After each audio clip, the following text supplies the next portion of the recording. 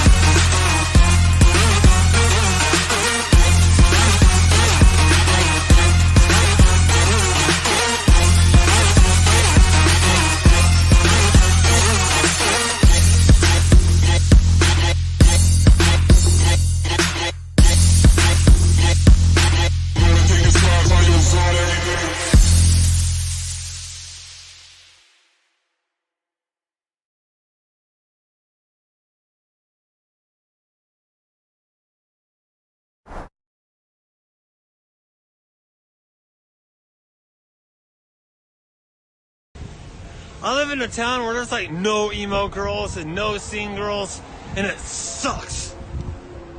There's all these basic bitches who listen to Taylor Swift. Ew, Taylor Swift's disgusting.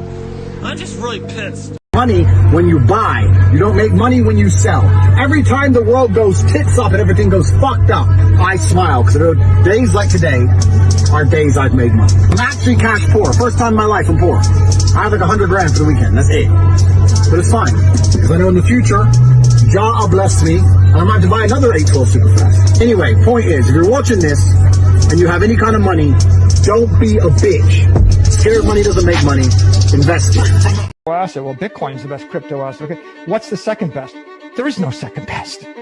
There's no second best crypto asset. There's a crypto asset. It's called Bitcoin, right? Right? There's no second best. Okay. But take all your money, buy Bitcoin. Then take all your time, figure out how to borrow more money to buy more Bitcoin. Then take all your time and figure out what you can sell to buy Bitcoin. And if you absolutely love the thing that you don't want to sell it, go mortgage your house and buy Bitcoin with it. And if you've got a business that you love because your family works for the business, it's in your family for 37 years, and you can't bear to sell it, mortgage it, finance it, and convert the proceeds into the hardest money on earth. You didn't have to cut me off. Think I like it never happened, that we were nothing. I don't even need your love, but you treat me like a stranger, and I feel so loved. No, you didn't have to stoop so low. Have your friends collect your records and then change your number. I guess that I don't need that though. Now you're just somebody that I used to know. Now you're just somebody that I used to know. Now you're just somebody that I used to know. There is no second best crypto channel. There's me, and there's everybody else, man. What is going on, you guys? Welcome to the Fed Fomc meeting. That didn't even make sense, but yes, it did. Yes, in sir. your brain, because we all are dyslexic. I just have ADHD. I just had a brain for it. That was your Well, what is going on, you guys? Welcome to the Fed meeting breakdown. Rate cuts in 2024. Like who said? Me. Literally. Just me. I'm going to take a moment. I'm going to take a little victory lap right here being, I feel like I was really the only Hexican out here, the only, I would say the only crypto guy out here that was like calling this rate shit correct. But god damn. Right again, ladies and gentlemen. Right again. Hit him with the I told you so. I'm not saying I told you so, but she isn't the father. Oh my god. Hit the like button, subscribe, hit the notification bell, man. 120 people in here. We need to get this higher, man. I throw the long intro just to let people know that I'm live, and then we go, man. Before we really get this started, man, I just want to say, man, there is no best second crypto channel. There's me and there's everyone else. I called the fucking rate top. I try to save the boomers. Hopefully listened. Who else but me was giving this advice to the boomers, man? I was looking out for grandma and grandpa. Cunts may they be. I was trying to make sure that they had money for the retirement home.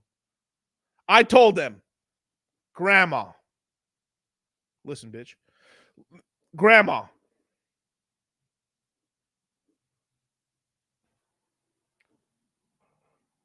I know you cheated on grandpa in 73. We're going to forget about all that right now. That's between me and you. I'm not going to tell. I shouldn't. But listen here. Listen here, okay? Now one will flip me. That ain't happening.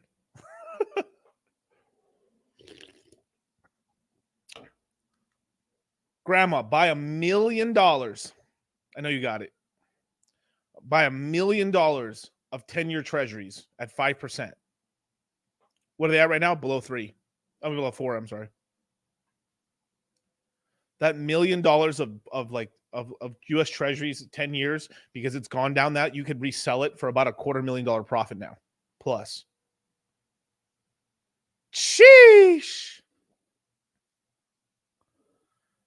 I'm gonna give myself a little pep. I'm gonna give myself the old school tune.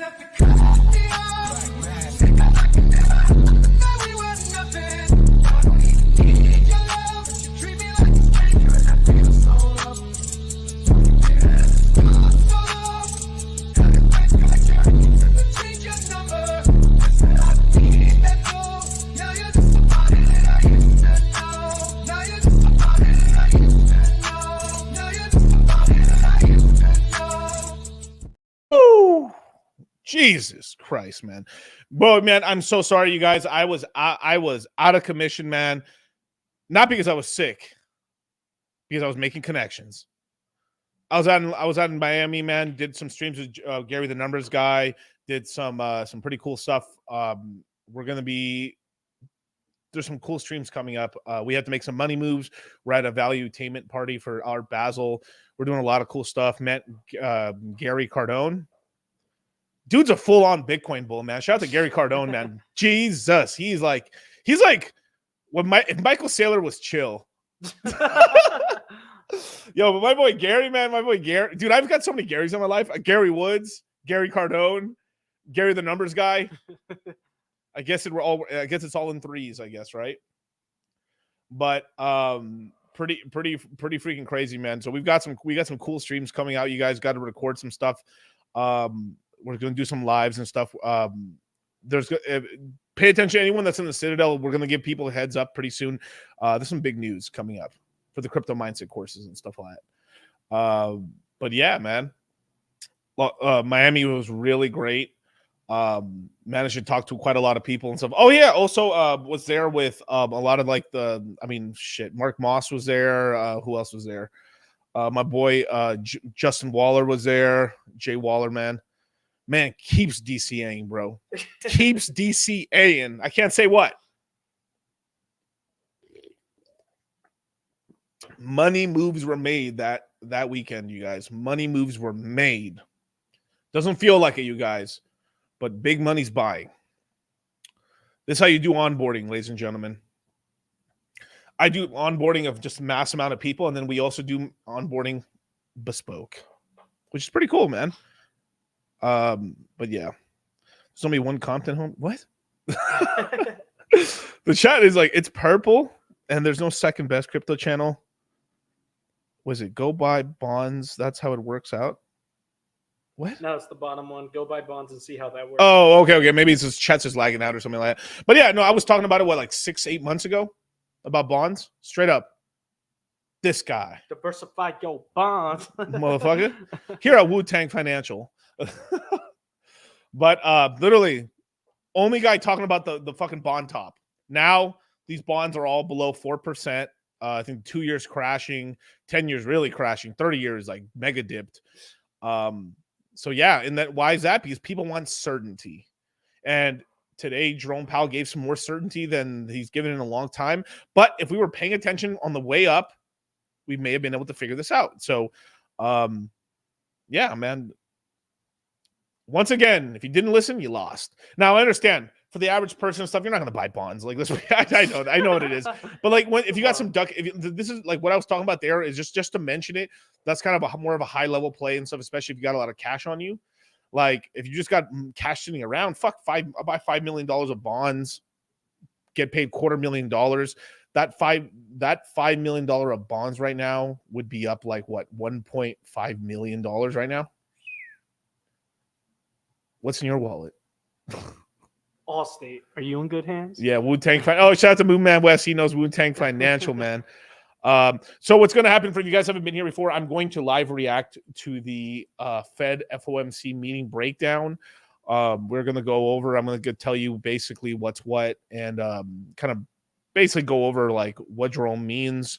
What are some possible predictions and kind of why the market's acting the way it's doing. We're going into kind of bull mode because basically, look, now. If I got this correct, you guys, so basically I had called this correct that we were going to get at least 4 rate cuts in 2024 towards the back half. Now, they could decide to try to get them sooner in the first quarter, but it's more than likely we're going to get it in the summer like I thought during the second quarter. So we're going to get 4 rate cuts, more than likely 25 basis points each, and we're going to be off 1 full percentage point. So we'll be somewhere between by the end of 2024, we should be at like 4.5% on the interest rates. By the end of 2025, we should, because we've been talking about this for almost 8 months now, 9 months now, that they were trying to see if they could maybe cut 125 basis points. Still, 9 months ago, not today.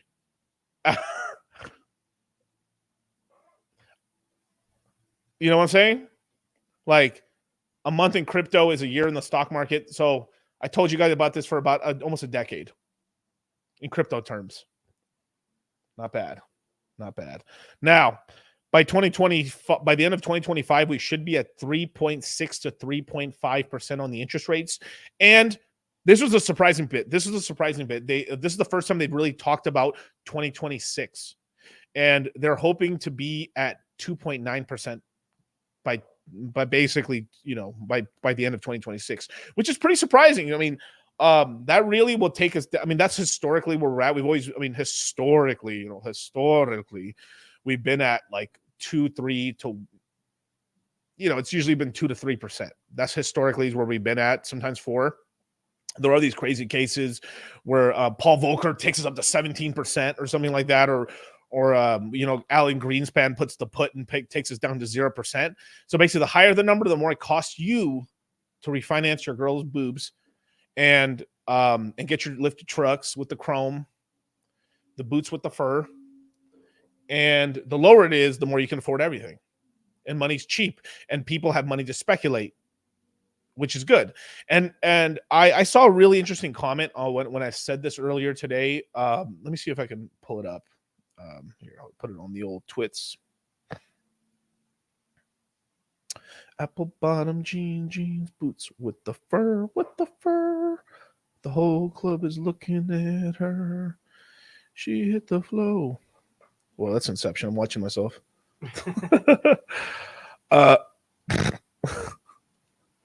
So where did I post it? Oh, maybe I posted it up here. Well, we are live, ladies and gentlemen. Am I tripping? Where the hell did I put my... Dude, I tweeted so much today. Holy shit. Wow. What happened here? Did my shit get deleted? That is very strange. Here we go. Well, I'm just blind. Yeah, so I said this. This was like this was within like 5 minutes of Jerome Powell actually saying this. That basically, that basically the Fed was going to drop the interest rates to this. But there's a really interesting comment right down here that really just made me laugh a little bit. Where is it? Nick J, right? He says that means inflation will rage back and we'll be back to square one. Sort of, but not really. They have contained it somewhat, because like one of the big things that the Federal Reserve is doing right now is that they're letting it run off the balance sheet. So the two entities on the planet in the United States that can basically print money out of thin air are banks, that's from your local bank up to like the JP Morgans to / Goldman Sachs to basically the Federal Reserve. So those two entities can print money out of thin air, basically. So one thing that the Federal Reserve is doing is by not buying back bonds, they have trillions of dollars on the balance sheet, and they're just letting hundreds of billions of dollars run off the balance sheet, which makes that money kind of evaporate over time. And any of the proceeds, and let's just say that they make any profits on these bonds, which is one of the things I was telling you guys on previous streams and stuff last time on Dragon Ball Z, right? DCC was talking in Planet Dynamic for 53 episodes about basically that we have how do I say this in a kind of a shortened version? Okay, there we go. Yeah, so that's a little more understandable. So in this shortened version, like basically what I was talking about there is that the Federal Reserve was basically buying back all these bonds for for fractions of a cent on them, but from there, by lowering the interest rates, he was going to make bonds more profitable and stuff. So like any of the profits they do end up getting off some of these bonds and some of the recent bonds they've been creating, they're going to just give them back basically to the Treasury. So the Treasury gets a little bit of cash off of that right now. At current interest rates, half of the taxes collected is just being used just to pay back the interest payment. It's so like the reason that it's just crazy. Like right now, the economics of the entire planet is just insane. And this is like, and the reason I talk about just the United States as like sort of an entity for the rest of the world is because every other government is basically following the United States government. Basically, you have a couple extensions, maybe like Iceland or Greenland, because they're small micronations. I think Iceland kicked all their bankers out. If I got the right country, if it's not, then it's Greenland. So potato. But basically, during 2008, they jailed all their bankers, kicked them out, and then kind of reset their financial system. So they're in much more healthier shape right now. But yeah, let's see. I think it's for the U.S. It's 1/6 of the income goes to debt service. No, it's higher than that now. At current interest, that was like previous data. At current interest rates at 5%, it's literally half of all the money collected from taxes. Half of all the money collected from taxes are being used just to pay the interest on debt. Now, a lot of that debt's being held by U.S. citizens and stuff, and maybe corporations and stuff, but still, it's a lot, you guys. So it's why I think that's. I mean, to be, if I'm being really true, that's really why I believe the interest rates are really. That's one of the big tall tale factors is that the Fed is in communication. I think they do like a weekly dinner. Like literally, it is a dinner. With the head of the Treasury has a weekly dinner with Jerome Powell, the head of the Fed, and they talk over notes and stuff like that, and they pass dossiers and stuff like that. This happens quite a lot, and if not weekly, biweekly. So the Treasury is in contact a lot with the Federal Reserve. So this is some of the pressing issues that's happening. This is why like debt's more spiked up and stuff because they have to. They just got to print it off basically. So. Pretty insane, you guys. Pretty fucking insane. So yeah. So thank you, Kyle. You took it down. Perfect. So with all this inflation that's going to happen. So what Ned talked about there was right. That once you lower this down, people are going to start borrowing money again, and there's going to be it's going to be more rampant inflation. But you got to remember the reason that there's inflation, you guys, is because the government prints money that doesn't exist, spends it, and then taxes your money that you rightfully earned in order to slow down inflation. Because if there's $100, if you earned $100 and they printed $100, they need to tax as much of your capital as possible in order to take that capital away from you, so the inflation is lessened, right? Like imagine by the time it's all said and done, they take 60% of your income. Let's just say they only printed maybe $45, and now we have a 5% inflation rate, and then they cook the numbers and say we only have 2%. That's basically how it works, for the most part. So they don't really need to collect taxes. The taxes is really just to lower the inflation rate, because if they didn't tax you and then they were printing money, inflation would go crazy because there's all these cheap dollars, and then you can have hyperinflation. So the taxation is there to basically to fuck you, basically, for the most part. And then there's a lot of people that will argue me with that statement, but it's actually true. It's all pain, no gains, right? So it's really messed up system, but it's how it works pretty much. And then that's with the system that we have right now that are like all money is faith-based for the most part. Now, there is a military backing with that and stuff, but still for the most part, it's faith-based. Our money is backed by the military and basically the tax cattle that is the U.S. citizen. And this is the same for every country. You're like outside, unless you are literally like in the, deca millionaire status, you basically are in that class of people that are just consumer sheep. And then even the deca millionaires are like consumer sheeps anyway as well. So it's really like not until you get into like the 60, 70, 80 million dollar range plus, where you're like you can kind of operate in your own sphere of influence, and then you're kind of not tied to any government and do whatever you want. There's a couple of these guys that are kind of what I call I don't know, digital nomads and stuff that maybe could qualify for that, barely, but like they're still pretty cucked out to like YouTube or whatever. So it kind of is what it is. Crypto's a convenient place to absorb liquidity too. Yeah, exactly. There's a lot of that money that's going in there too as well, but there's also like supply dynamics with these coins. Believe it or not, as much as some crypto coins inflate and other coins have like Bitcoin has like basically a permanent inflation rate, but its inflation rate is really small. It's palpable. It's once you physically own it, there has to be a give and take with the market. So the supply is very inelastic. So only a small amount of the supply needs to get bought off the open market, and the price just ratchets up, sort of like an NFT floor. Like once you buy enough of the NFT floors and stuff, eventually the price it just shoots off from there. What's your thoughts on going Argent? I think he's doing some good stuff, but there's actually looks like there's ties to him to the CIA. Yep. I'm not even get into it, but yeah, there is. There's ties with him to the CIA. 100%. 100%. Bros, it's just basically what we did. What basically happened is it looks like to me that we finally took Argentina from the Nazis. Which the Nazis became socialists somehow in Argentina. And then basically what happened is Argentina said, fuck all this shit. We're going to US. It's a US takeover of Argentina is basically what's happened. Now, I'm Team USA all the way. But like it makes I'm kind of confused and stuff like that. But you know, like all this shit gives me like Vietnam flashbacks and shit, you know? You're never too young to have a Vietnam flashback.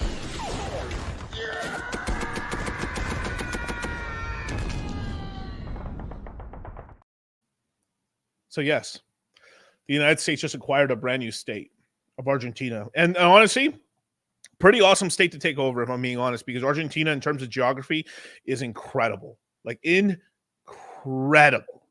It's incredible. Like that country should be fucking so wealthy. They just had a bunch of Nazi retards running the country. And like, I mean, Weimar Republic level of shit, like a bunch of retards. Like you got to think, like think about it. What other country hyperinflated multiple times? Oh, the Germans. Look at that. And then what happened in Argentina? Look at that. Multiple times. Corey's like, I'm going to learn Spanish and move to Argentina and find a nice wife to cook me tamales. That's actually a solid plan. Arriba! Vamos a ir a Argentina. Not that great, filled with pores. The world is filled with pores. The world. George Gammon was like honey dicking me into going to Medellin so badly, bro. I was talking to Gammon and stuff. Stream coming soon. But yeah, lots of crazy stuff and everything like that. I mean, it really is beautiful. It's supposed to be like the France, but I don't know. Is that much of a compliment from me? But I guess maybe France of old. But France, though. I don't know, man. I mean, like, fuck, these fuckers were just like they were just killing people nonstop in the guillotine until it became a national sport. It's kind of crazy. By the Dip says, bro, thoughts on $55 hex this cycle? I mean, I hope, but I'm hoping for like a $2 to $5 56 combined price. But that's just me. I put these calls out in the deep air market, and I stand on them. I'm not gonna regurgitate them all the time and stuff like that. But like, I still think that's possible. But yeah, take it down, Kyle. Let's see. That's dumb. Argentina and Uruguay women are the most feminist in South America. Caca! Not until Mr. All Capitalism comes in. Yes, sir. We shall see. Anyway, so there's all that kind of stuff. And feminists are everywhere. We trade new models in every day. I just want those damn tamales. Yeah, and so it's just go find yourself a good woman. Just look. There's whores in every country. There's feminists in every country. Women are women. Women are women. Actually, something happened to me. Something happened with a particular woman at an event. I'm just not going to talk about it right now. But you guys will get a kick out. Maybe one day I'll say what happened. It's kind of funny. It's kind of funny. Let's see. Miguel streamed. Wait, what? Miguel streamed when he was 6. No reason not to watch him when I am. Yeah, exactly. Yeah, in bed, jammies on. Heck yeah. Like it's just no matter what, women are women. Women are fucking women. No matter what, they will nitpick you. I mean, they're shit test. It's a shit test. They always shit test you, no matter what. Like they don't like seeing you fucking like enjoying your like. I don't know. It's just like they're mentally ill. You know. But life is better with them for sure. But like at the margins. Like half the time it's pretty awesome. And like, no, that's being a bit much. Like 35% of the time is really awesome. 50% of the time is meh. And the other half is just fucking lame. Just suck. Just lame. But hey, it is what it is, right? Different hoes and different area codes or whatever it is. Spin plates. Now, enough about Argentina and France. So yeah, it's basically a corporate takeover. I mean, we've basically taken over of Argentina, and we have a Latin American dude that's kind of the head of it. And they've now replaced their currency with the dollar, which it was basically already. I mean, it was a sham anyway. But now that it has a dollar and stuff and everything like that, we basically installed a new government there. Pretty cool. So hopefully Argentina does better. I mean, it's kind of a weird thing where it's kind of like, oh no, the evil empire. But like, if you actually look at strategically, the United States has now gained another country, low key. And like, if we had actually pulled this one off, I think it was Greenland or Iceland. I think it was Greenland. Trump tried to buy Greenland. People thought that was really stupid. That's actually an incredibly geopolitical top tier move, A1 move, because if they had went for it, we would have control of a future sea lane in the future. So worldwide, right? Like up there by Greenland, that's even all that ice up there is melting, and the a lot of the world's trade, like 60% of the world's trade, is going to start going once those sea lanes open up. Almost 60+% of all the world trade is going to go up there by those trading lanes and stuff like that. So the United States controls like a third of it right now with Alaska. If we controlled Greenland and then we had access to all those waters, we basically controlled about 60% of all the trading lanes. Pretty incredible. So I got my eyes on you, Greenland. But with that, let's get to the meeting, you guys. But yeah, man, it's gonna be some cool stuff, man. Jerome Powell is actually kind of talking a lot of shit here, man. Yeah.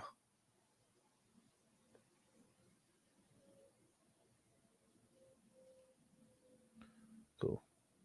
Let me know if you can hear it. Highs, and this has come with. Yeah.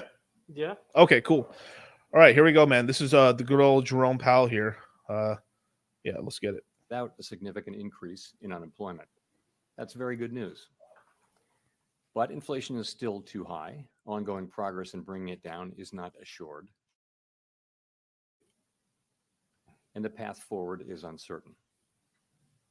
As we look ahead to next year, I want to assure the American people that we're fully committed to returning inflation to our 2% goal. Restoring price stability is essential to achieve a sustained period of strong labor market conditions that benefit all. Since early last year, the FOMC has significantly tightened the stance of monetary policy. We've raised our policy interest rate by 5.25 percentage points and have continued to reduce our securities holdings at a brisk pace. Our actions have moved our policy rate well into restrictive territory, meaning that tight policy is putting downward pressure on economic activity and inflation, and the full effects of our tightening likely have not yet been felt. Today, we decided to leave our policy interest rate unchanged and to continue to reduce our securities holdings. So right there, continue to reduce our security holdings. That means all the money that they printed, they printed this money and then they went out to the market and bought bonds and stuff. U.S. Treasuries. They went to go buy the U.S. Treasury one is basically because they're not selling. If the U.S. government says, "Hey, we need more debt," we create these bonds, and no one's buying them. The Treasury would buy them. They would also buy reverse. They would buy like reverse repos and not reverse repos. I'm sorry.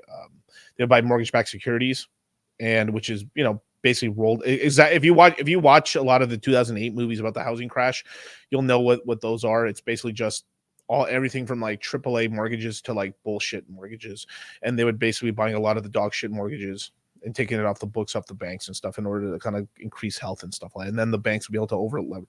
The reason that why this kind of produces more money in this system is because a lot of these banks are trying to offload these things. The Fed will literally pay dollar for dollar for these assets that are trash, basically worthless assets, and they'll buy them. And then from there, the banks now have all the money free and clear, and then the banks can re-lever themselves and they print more money. So in a way, by the Fed printing money and buying these bonds, the banks print more money, which that's how it gets over into the economy over time.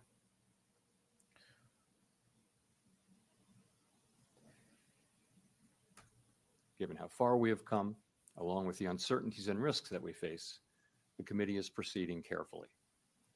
We will make decisions about the extent of any additional policy firming and how long policy will remain restrictive based on the totality of the incoming data, the evolving outlook, and the balance of risks. I will have more to say about monetary policy after briefly reviewing economic developments. Recent indicators suggest that growth of economic activity has slowed substantially from the outsized pace seen in the third quarter. Even so, GDP is on track to expand around 2.5% for the year as a whole, bolstered by strong consumer demand as well as improving supply conditions. After picking some. So that right there is that they're saying it's like 2.4% in terms of the inflation right now, 2 point something in there. That's a lie. Whatever they say now, I mean, I would, a rule of thumb would be someone maybe do 2.5 times whatever they say is more than likely what it is. It also is another factor is that a lot of the prices that went up, so it's basically they've stopped some of the prices from going up, like some of like the meat prices and everything like that, but they're not going down. Right. And this is what's really hurting the consumer is that the prices have ratcheted up. They like we had a year where like inflation was like 25-30%. They say that never happened, but we were 10% plus in inflation rate. And if we're that high, I mean, basically double it and stuff, we're pretty much at what 23-24% inflation. If I'm being nice, if I'm being not nice, we were at 30%. So we had a lot of the prices of a lot of like eggs, meat, dairy and stuff like a lot of things, the basics of life just go up crazy. That's not even talking about at the time we were still at these all-time high rent prices as well. Rents have now stabilized to gone down, which is good, but still that's the only place where I see like people are maybe able to save money is like if you try to go rent right now, the rents are kind of basically stagnant to down, which is nice, but not great. And in terms of the supply chains, it's because we've been in a trade war with China since 2020, and we've been basically we've been centralizing. We were too decentralized, too globalized on our in terms of like how our markets worked and stuff in terms of creating products and services. So what's going on now is we're centralizing it. We have China's no longer our biggest trading partner. Mexico is. It's basically the NAFTA deal with China, Mexico. I say China. I mean Mexico and Canada, and we're focusing a lot more on Latin America and stuff like that. So a lot of in India as well. So a lot of the factories that were in China were basically moved to India and other places like that and stuff. So we basically cut out like half of the trading partners in terms of just having our factories in there, centralize it a lot more. And pretty much a lot of these factories and a lot of these products and services are starting to come on right now. So that's what's also helping a little bit to stop the prices from going up is because there's more supply right now. Somewhat over the summer, activity in the housing sector has flattened out and remains well below the levels of a year ago, largely reflecting higher mortgage rates. Higher interest rates also appear to be weighing on business fixed investment. In our summary of economic projections, committee participants revised up their assessments of GDP growth this year, but expect growth to cool, with the median projection falling to 1.4% next year. The labor market remains tight, but supply and demand conditions continue to come into better balance. Over the past 3 months, payroll job gains averaged 204,000 jobs per month, a strong pace that is nevertheless below that seen earlier in the year. The unemployment rate remains low at 3.7%. Strong job creation has been accompanied by an increase in the supply of workers. The labor force participation rate has moved up since last year, particularly for individuals aged 25 to 54 years, and immigration has returned to pre-pandemic levels. Nominal wage growth appears to be easing, and job vacancies have declined. Although the jobs to workers gap has narrowed, labor demand still exceeds the supply of available workers. FOMC participants expect the rebalancing in the labor market to continue, easing upward pressures on inflation. The median unemployment rate projection in the SEP rises somewhat from 3.8% at the end of this year to 4.1% at the end of next year. Inflation has eased over the past year, but remains above our longer run goal of 2%. Based on the Consumer Price Index and other data, we estimate that total PCE prices rose 2.6% over the 12 months ending in November, and that excluding the volatile food and energy categories, core PCE prices rose 3.1%. The lower inflation readings over the past several. And those numbers are kind of bullshit as well. I mean, they're tracking things that they can control the prices on a lot better and stuff to show that like it's not going out of tune, but they don't really show meat prices that well in those entities. They don't show like there's kind of something called like individual lifestyle inflation, or like that's what I like to call it, is that depending on the type of life you live, you may actually have a more inflationary lifestyle. If you're like a beans and rice kind of guy, like your life, it's not really changing, but rent can affect you, right? But if you have your house paid off and stuff like that, and or you have family that passed you off a house, you're really not spending much. But somehow you are getting affected, whether through clothes, through a trip, through like gasoline, you're getting affected. But if you're more of a meat eater and stuff like that, because hopefully you guys are, you've had inflation happen to you because meat prices have gone up pretty crazy. I mean, let's just say like, I don't know if, I mean, Costco trip maximum was $350. Now it's like $700. Buying the same shit. What's the difference? Right. So, and that's happening to a lot of families and stuff like that. So that's where a lot of the inflation, and then the inflation has stayed there and stuff like that. So it just sucks. So several months are welcome, but we will need to see further evidence to build confidence that inflation is moving down sustainably toward our goal. Longer-term inflation expectations appear to remain well anchored, as reflected in a broad range of surveys of households, businesses, and forecasters, as well as measures from financial markets. As is evident from the SEP, we anticipate that the process of getting inflation all the way to 2% will take some time. The median projection in the SEP is 2.8% this year, falls to 2.4% next year, and reaches 2% in 2026. The Fed's monetary policy actions are guided by our mandate to promote maximum employment and stable prices for the American people. My colleagues and I are acutely aware that high inflation imposes significant hardship as it erodes purchasing power, especially for those least able to meet the higher costs of essentials like food, housing, and transportation. We're highly attentive to the risks that high inflation poses to both sides of our mandate, and we are strongly committed to returning inflation to our 2% objective. As I noted earlier, since early last year, we have raised our policy rate by 5.25 percentage points, and we have decreased our securities holdings by more than $1 trillion. Our restrict $1 trillion, and yeah, we're trying to turn up Jerome, but like this is as loud as it is. I guess they recorded it very quietly. I guess. Worst case, I can go to a different one. But yeah, give me 1 second. The stance of monetary policy is putting downward pressure on economic activity and inflation. The committee decided at today's meeting to maintain the target range for the federal funds rate at 5.25% to 5.5%, and to continue the process of significantly reducing our securities holdings. While we believe that our policy rate is likely at or near its peak for this tightening cycle. Ooh, right there. That line right there is the reason that the market went haywire. Is that we're more than likely at the top of our yield cycle. So it's basically like we're done increasing rates. Basically, that was that's basically as much as like we are officially done with increasing rates. Dun dun dun. That right there. But we basically have known this already for maybe like 4 months, 5 months already, that he's not increasing rates anymore. And then on top of that, we've kind of known that they were going to start cutting rates in 24 anyway. So people are pretty late to the party on this. Well, I don't know. Let me see. Wait, give me 1 second. Let me see this shit. I really think it's the video itself and stuff. Let me see if I can find one. Jerome.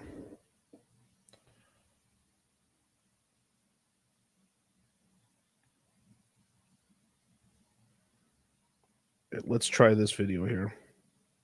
It's so weird though. Like I literally think it is the video.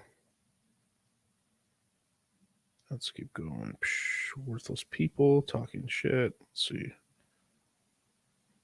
Or moving forward with rate cuts. Oh, whoops.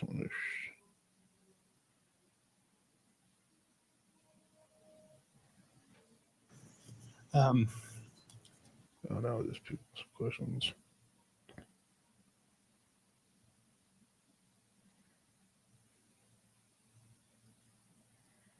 Today, we decided to leave our policy interest rate unchanged and to continue to reduce our securities holdings.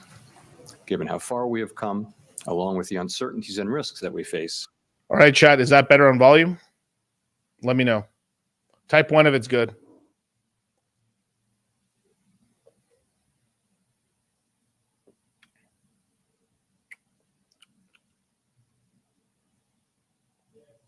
Much better. Yeah, it was the video then. Oh, okay. Well, goddamn it. That's crazy. I usually always do CNBC, but okay, we'll go to Bloomberg Radio. The committee is proceeding carefully. We will make decisions about the extent of any additional policy firming and how long policy will remain restrictive based on the totality of the incoming data, the evolving outlook, and the balance of risks.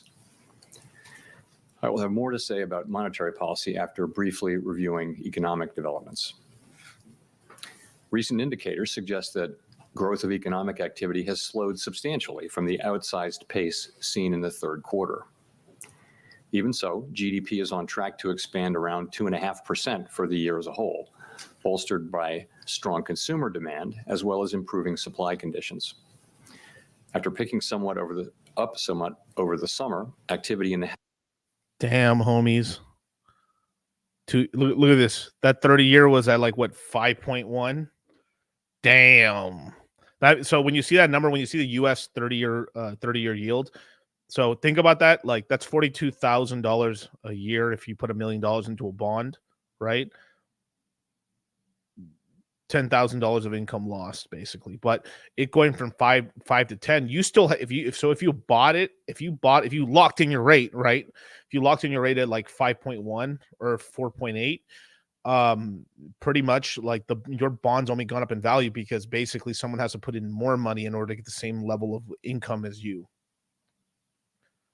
Damn, I'm good, brothers. I'm fucking good out here, bro. There is no second best channel. There's me and there's everyone else.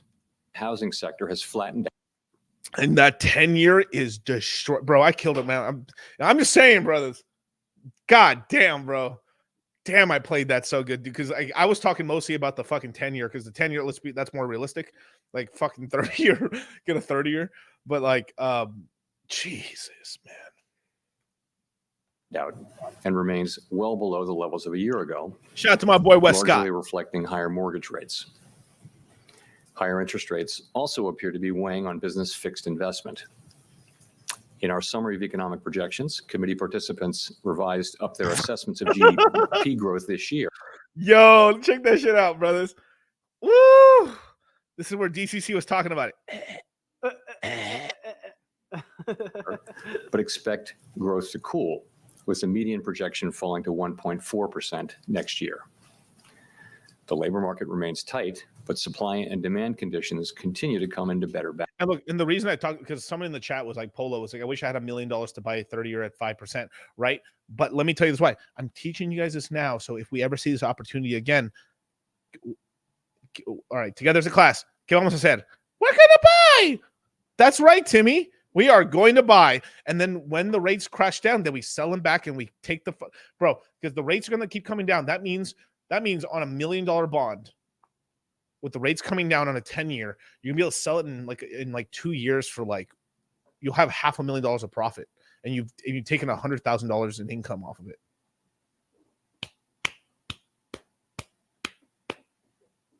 Balance. Bullshit. Over the past 3 months, payroll job gains averaged 204,000 jobs per month, a strong pace that is nevertheless below that seen earlier in the year. The unemployment rate remains low at 3.7%. Strong job creation has been accompanied by an increase in the supply of workers. The labor force participation rate has moved up since last year, particularly for individuals aged 25 to 54 years, and immigration has returned to pre-pandemic levels. Nominal wage growth appears to be easing. So immigration has returned to pre-pandemic levels. So up, I guess, which is good because like in a big part of how the United States keeps their birth rate up is immigration, basically, right? It's because everyone's like, I don't know, but it's because when you're already poor, having kids when you're poor, it just means you're poor. But when you got some money and stuff, and you're like, I don't know, I think I won't have them, or I'll have them later. And as a guy, you have the luxury. As a woman, you don't. So if you're a lady listener, do your part and have one more for the economy. And you mentally, you'll probably be a lot more saner, and then you have more kids, which allows you to actually retire. I'm not gonna trust. And job vacancies have declined. Although the jobs to workers gap has narrowed. And OG's right. Americans aren't fucking, and the South Koreans don't even know what fucking is. But this one is. Yo, I told you, man. I'm seeing so much propaganda right now. South Korea is so beautiful to live at. Dude, it's because, like, I don't know. I mean, I think there would be an explosion in terms of, like, I mean, imagine if they can reconquer back North Korea. That would explode the fuck, because then there have been Shapors. There's no better way to say it. And having all these new people and stuff, that would actually massively boost the it would basically fix their entire problem and stuff in terms of population growth, because they'd add population, but then on top of that, a bunch of people will be having kids. Labor demand still exceeds the supply of available workers. Unbacked sperm is at all-time high. FOMC participants expect the rebalancing in the labor market to continue, easing upward pressures on inflation. The median unemployment rate projection in the SEP rises somewhat from 3.8% at the end of this year to 4.1% at the end of next year. Inflation has eased over the past year, but remains above our longer run goal of 2%. Based on the Consumer Price Index and other data, we estimate that total PCE prices rose 2.6% over the 12 months ending in November, and that excluding the volatile food and energy categories, core PCE prices rose 3.1%. The lower inflation readings over the past several months are welcome, but we will need to see further evidence to build confidence that inflation is moving down sustainably toward our goal. Longer-term inflation expectations appear to remain well anchored, as reflected in a broad range of surveys of households, businesses, and forecasters, as well as measures from financial markets. As is evident from the SEP, we anticipate that the process of getting inflation all the way to 2% will take some time. The median projection in the SEP is 2.8% this year, falls to 2.4% next year, and reaches 2% in 2026. The Fed's monetary policy actions. I really don't think that's going to happen, but I mean, maybe it's possible. Maybe we hit like a flash low of like the rate getting to like 1.9%, but more than likely we're just going to stay somewhere in the twos, and that's just what it is. Are guided by our mandate to promote maximum employment and stable prices for the American people. My colleagues and I are acutely aware that high inflation imposes significant hardship as it erodes purchasing power, especially for those least able to meet the higher costs of essentials like food, housing, and transportation. We're highly attentive to the risks that high inflation poses to both sides of our mandate, and we are strongly committed to returning inflation to our 2% objective. As I noted earlier, since early last year, we have raised our policy rate by 5.25 percentage points, and we have decreased our securities holdings by more than $1 trillion. Sheesh. Our restrictive stance of monetary policy is putting downward pressure on economic activity and inflation. The committee decided at today's meeting to maintain the target range for the federal funds rate at 5.25 to 5.5%, and to continue the process of significantly reducing our securities holdings. While we believe that our policy rate is likely at or near its peak for this tightening cycle, the economy has surprised forecasters in many ways since the pandemic, and ongoing progress toward our 2% inflation objective is not assured. We are prepared to tighten policy further if appropriate. We're committed to achieving a stance of monetary policy that is sufficiently restrictive to bring inflation sustainably down to 2% over time, and to keeping policy restrictive until we're confident that inflation is on a path to that objective. In our SEP, FOMC participants wrote down their individual assessments of an appropriate path for the federal funds rate based on what each participant judges to be the most likely scenario going forward. While participants do not view it as likely to be appropriate to raise interest rates further, neither do they want to take the possibility off the table.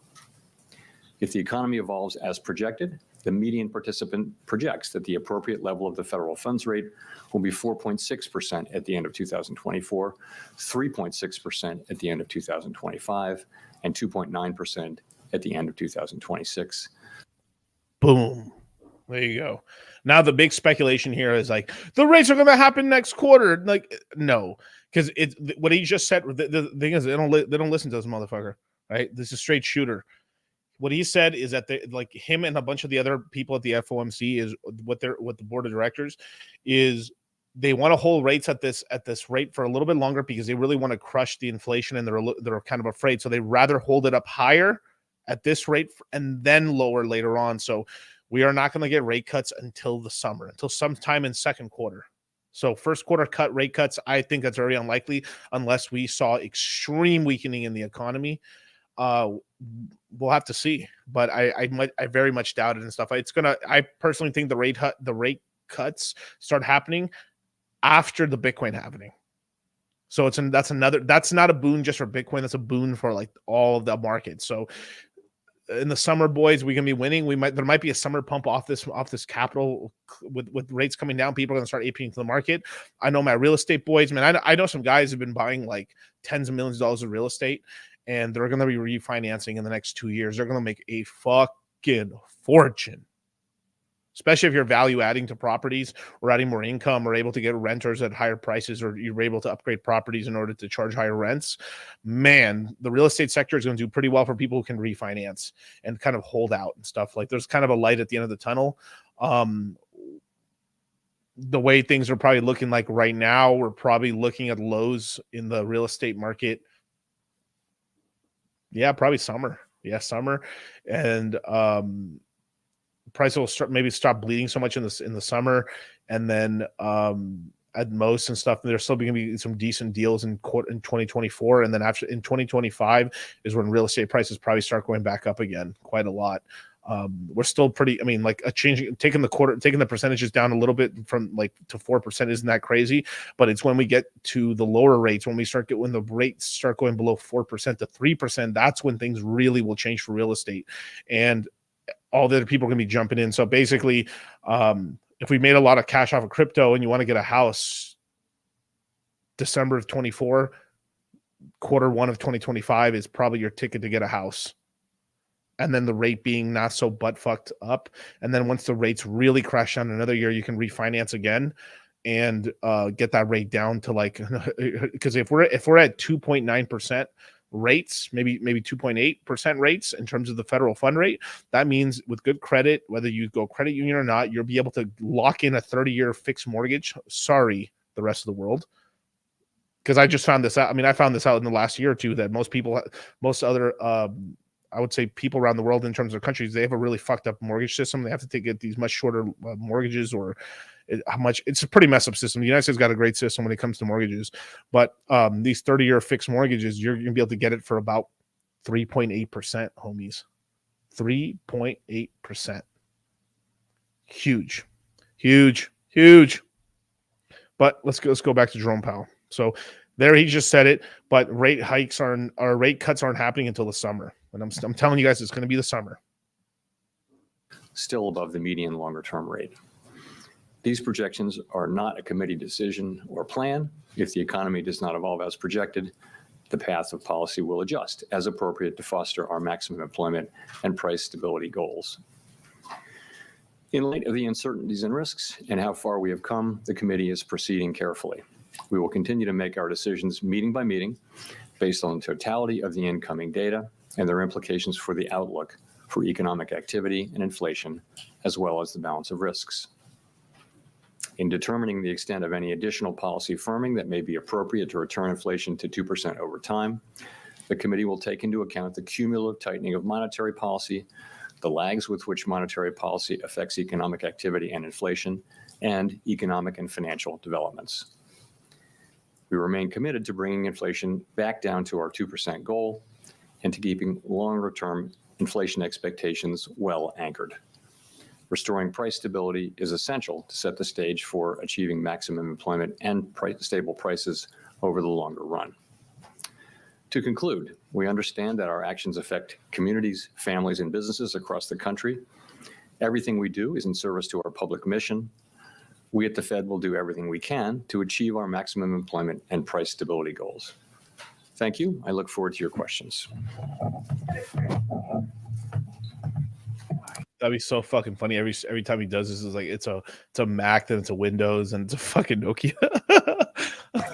Thank you, Chris Rugaber at Associated Press. I wanted to ask, how should we interpret the addition of the word "any" before additional firming in the statement? I mean, does that mean that you're pretty much done with rate hikes and the committee has shifted away from a tightening bias and toward a more neutral stance? Thank you. So specifically on any, we do say that in determining the extent of any additional policy firming that may be appropriate, so any additional policy firming, that sentence. So we added the word any as an acknowledgement that we believe that we are likely at or near the peak rate for this cycle. I said you're good. Participants didn't write down additional hikes that we believe are likely, so that's what we wrote down. But participants also didn't want to take the possibility of further hikes off the table. So that's really what we were thinking. Mr. Chairman, the microphone, sorry. Miguel, with CNBC. Happy holidays, Mr. Chairman. Fed Governor Chris Waller said that if inflation continues to fall, then the Fed in the next several months could be cutting interest rates. I wonder if you could comment on whether you agree with Fed Governor Waller on that the Fed would become more restrictive if it didn't cut rates if inflation fell. Thank you, sir. So, of course, I don't comment on any other officials, even those who work at the Fed. But I'll try to answer your question more broadly. So the way we're looking at it is really this. When we started out, right, we said the first question is how fast to move, and we moved very fast. The second question is really how high to raise the policy rate, and that's really the question that we're still on here. We're very focused on that. As I mentioned, people generally think that we're at or near that, and think it's not likely that we will hike, although they don't take that possibility off the table. So that's when you get to that question, and that's your answer. There's a naturally it begins to be the next question, which is when it will become appropriate to begin dialing back the amount of policy restraint that's in place. So that's really the next question, and that's what people are thinking about and talking about. And I would just say this: we are seeing strong growth that appears to be moderating. We're seeing a labor market that is coming back into balance by so many measures, and we're seeing inflation making real progress. These are the things we've been wanting to see. We can't know. I mean, a part of me really does believe that it's really that the factories and some of the the supply chains really coming back on is what really stopped the inflation, as well as there's much less NFT guys in the nightclubs, of course. Right, but the crypto market's kind of back already. You've had a little bit of the stock market go, the stock market's been performing okay-ish, but crypto's been doing really good. Obviously, Solana's going bananas. Cardano actually went up. Just about every coin except the Hex ecosystem. Hex boy's crying right now. Hexo Cristo save me.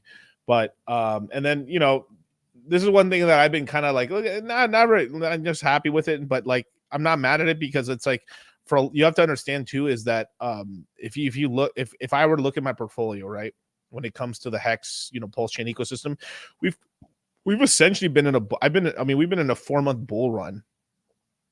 What do you mean by that? So then I only had X, now I had PHEX, and then I got my Pulse Chain, and then I got my Pulse X, and then I got my incentive token, and then I got this, and I got that, then I got the famous token, then I got the liquid loans.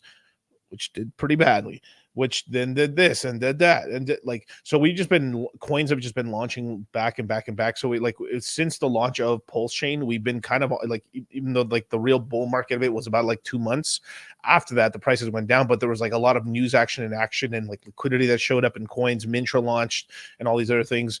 And Power City just launched. So we had quite a lot of like movement, where I will tell you this right now, it was very, very boring on Solana. It was incredibly boring on AVAX. Phantom was like not even there. All this stuff was dead. So like you have to understand that like our bull market, our real bull run started in May of this year.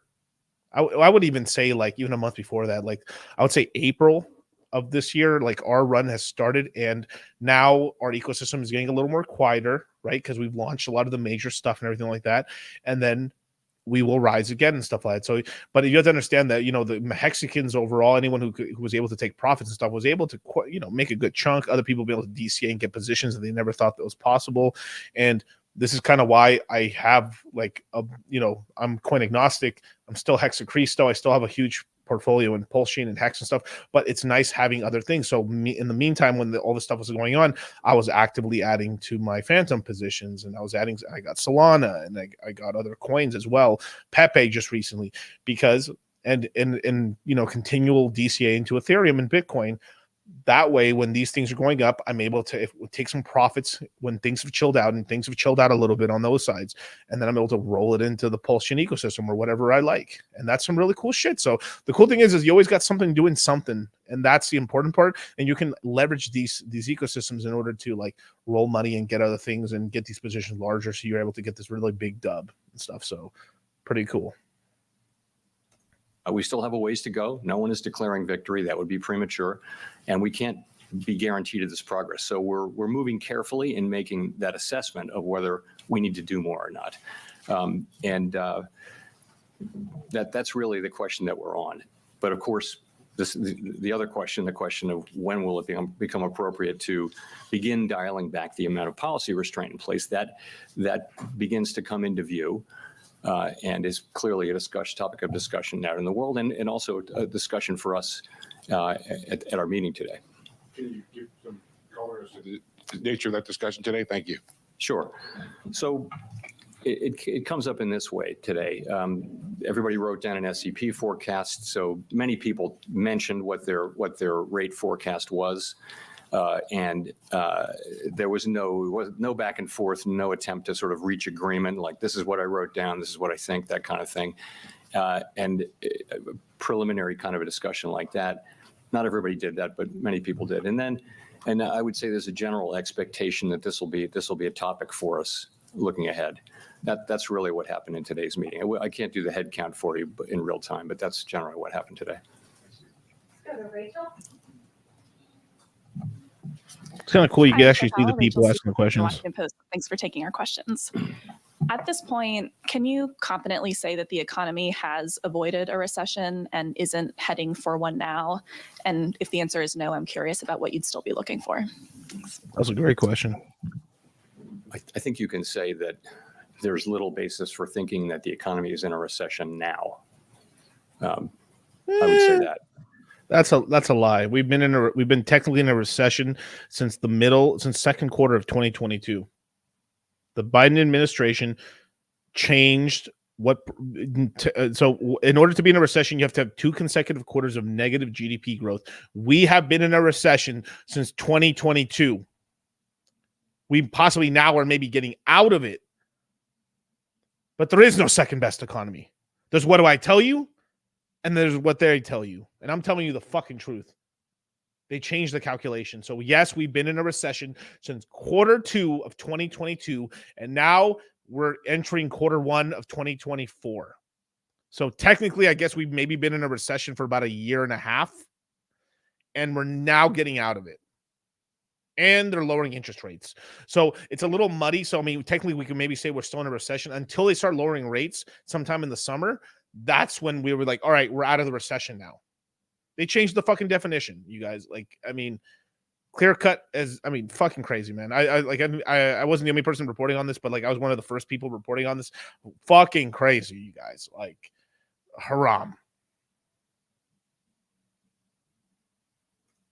I think there's always a probability that there will be a recession in the next year, and it's a meaningful probability no matter what the economy is doing. So it's always a real possibility. The question is it? So it's a possibility here.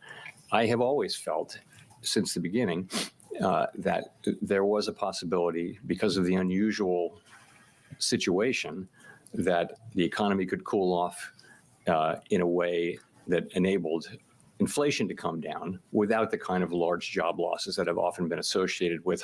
Also, as a matter of fact, actually, now that I'm remembering, they also changed the fucking definition on the CPI as well. They used to be, it was a 2-year average. It used to be a long time ago. It used to be 3, but it was like a 2-year average. They changed it to a 1-year average. So they would hold the price. So let's just say something was $1. And then over the last 2 years, it moved to $1.25. So you would look at the CPI would say that we're at 25%. But when you change it to a year, it can move from $1 to $1.15 or $1.20, and then just 5 cents on the last year. And then the CPI will say, oh, we only moved 5%. Crazy, man. They moved everything around, you guys. They fucking they did. I mean, oh my God. Like, you know what? You're never too young to have a Vietnam flashback.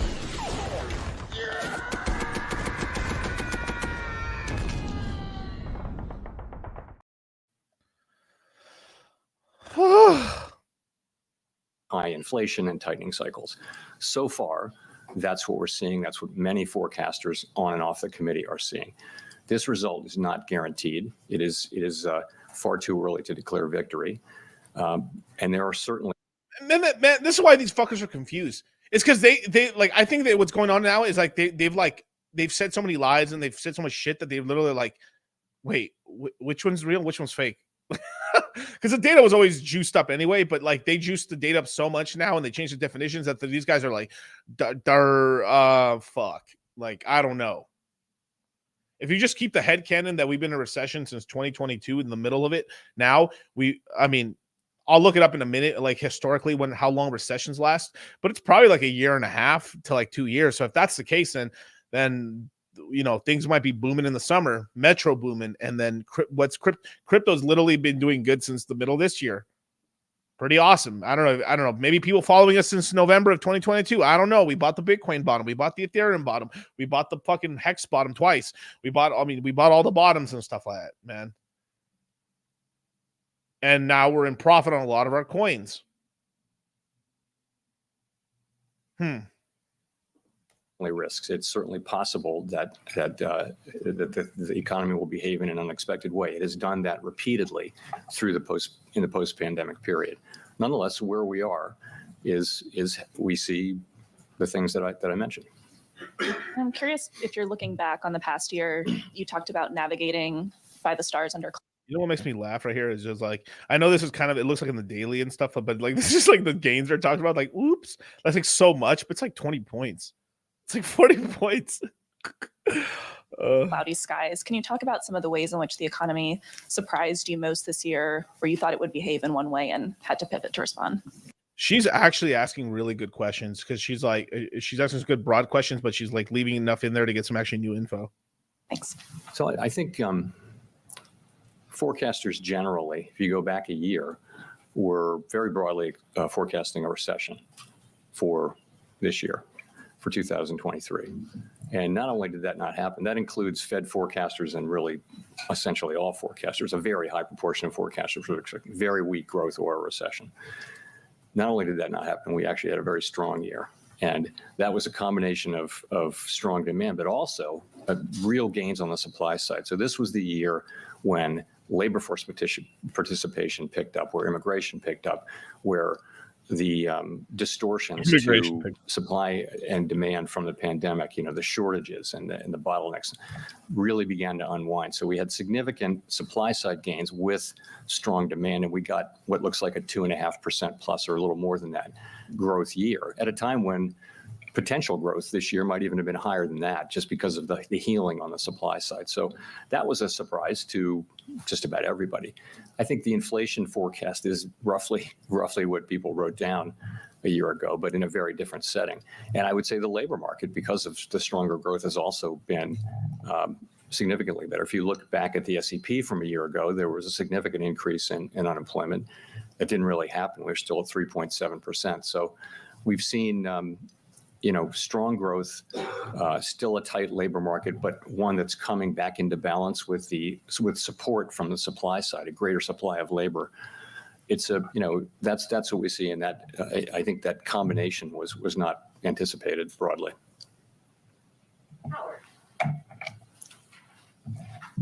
Thanks, Howard Schneider with Reuters, and thanks for taking the questions. I wonder if you could give a little more color or detail on what motivates the lower rates next year, whether it's a coincidence, for example, that the spread between PCE inflation, core inflation, and the federal funds rate stays constant over the year. Are you simply calibrating against the fall in prices, in the price level that you're expecting, in the rate of inflation that you're expecting, as opposed to supporting the economy?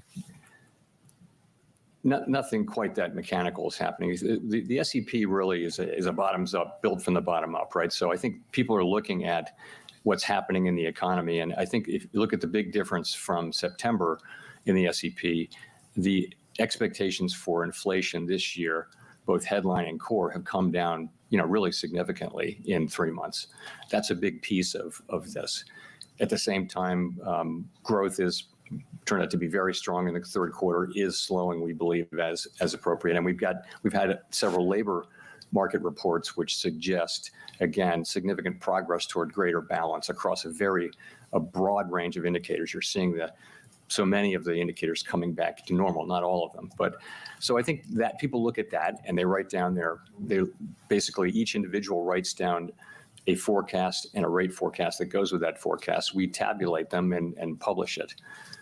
And so it isn't, you ask about real rates, I take it, that is something that we're very conscious of and aware of and monitor. And it's certainly a big part of, it's a part of how we think about things, but really it's broader financial conditions that matter. And as you well know, it's so hard to know exactly, what the real rate is or exactly how tight policy is at any given time. So you couldn't follow that like it was a rule and think that you would get the right answer all the time. But it's certainly something that we're focused on. And indeed, if you look at the projections, I think the expectation would be that the real rate is declining as we move forward. It sounds like the discussion over, if I could follow up, has already kind of begun. I'm wondering, just related to Steve's question, how the tactics of this play out, given the slowing of inflation and the fact that the deeper you get tactics. Yeah, that's some body language master shit right there. It sounds like the discussion over, if I could follow up, has already kind of begun. I'm wondering, just related to Steve's question, how the tactics of this play. There really is nerdriz out here, brothers. Out, given the slowing of inflation and the fact that the deeper you get into 2024, the closer you get to a presidential election. Do you want to front load this, in other words? Yeah, no, we don't think about political events. We don't think about politics. We think about what's the right. So basically what he asked him is like, how much, like, we know it's a presidential year. Are you guys just trying to juice the numbers up to like make the economy look a little better? And I kind of believe him that no, it's mostly, but like there is something like that. I mean, now it's an election year. No one wants to rock the fucking boat.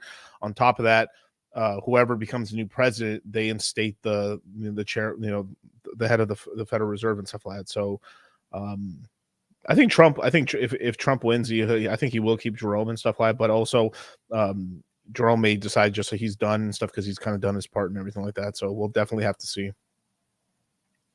Right thing to do for the economy. The minute we start thinking about those things, we just can't do that. We have to think, what's the right thing? We'll do the things that we think are right for the economy at the time when we think is the right time. That's what we'll always do. So I mentioned we're moving carefully. One of the things we're moving carefully about is that decision over that assessment, really, over whether we've done enough, really. And you see that people are not writing down rate hikes. That's us thinking that we have done enough, but not feeling that really strongly confidently and not wanting to take the possibility of a rate hike off the table. Nonetheless, it's not the base case anymore, obviously, as it was, 60, 90 days ago. So that's how we're approaching things. And as I mentioned, we wrote down this SEP, and it talks about people have individual assessments of when it will be appropriate to start to dial back on the tight policy we have in place. And that's a discussion we'll be having going forward, but that's another assessment that we're going to make very carefully. So as time goes forward.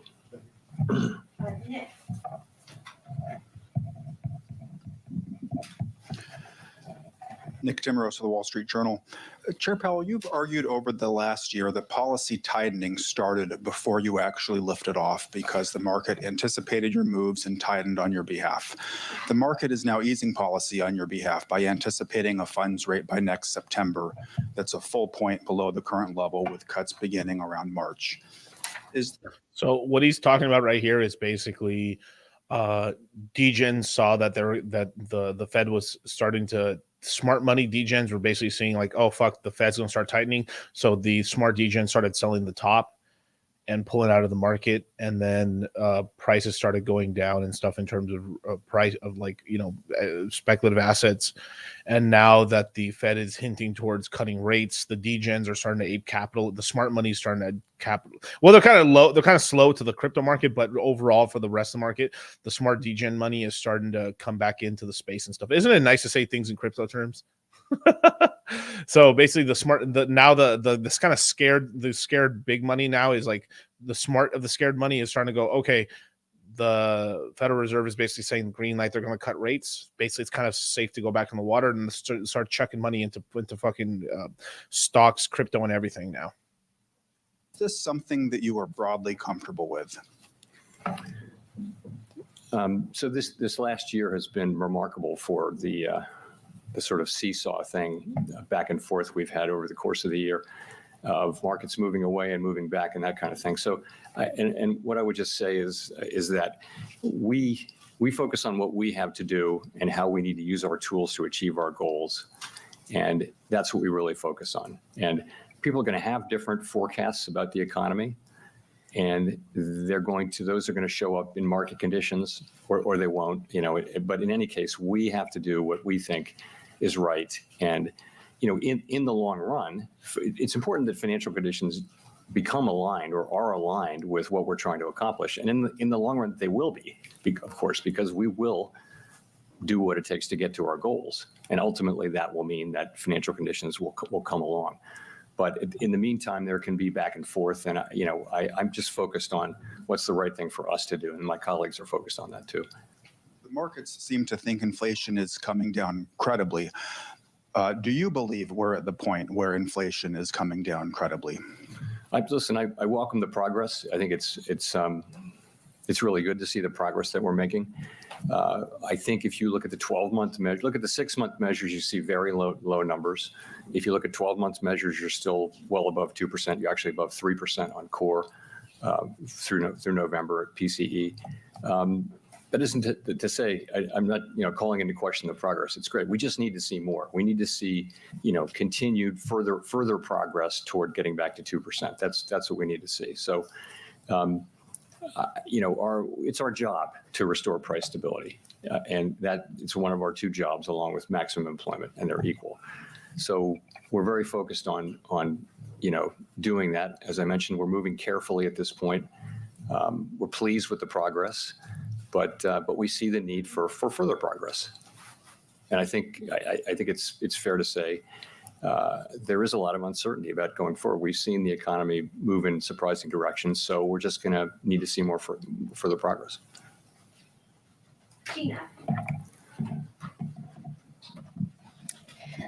Gina Smilik, New York Times. Thanks for taking our questions. In the SEP from today, growth is notably below potential in 2024. If growth were to surprise us again in the way that it has for years now by being stronger than expected next year, would it still be possible to cut rates? Or put another way, is below trend growth necessary to cut rates, or would continued progress on inflation alone be sufficient?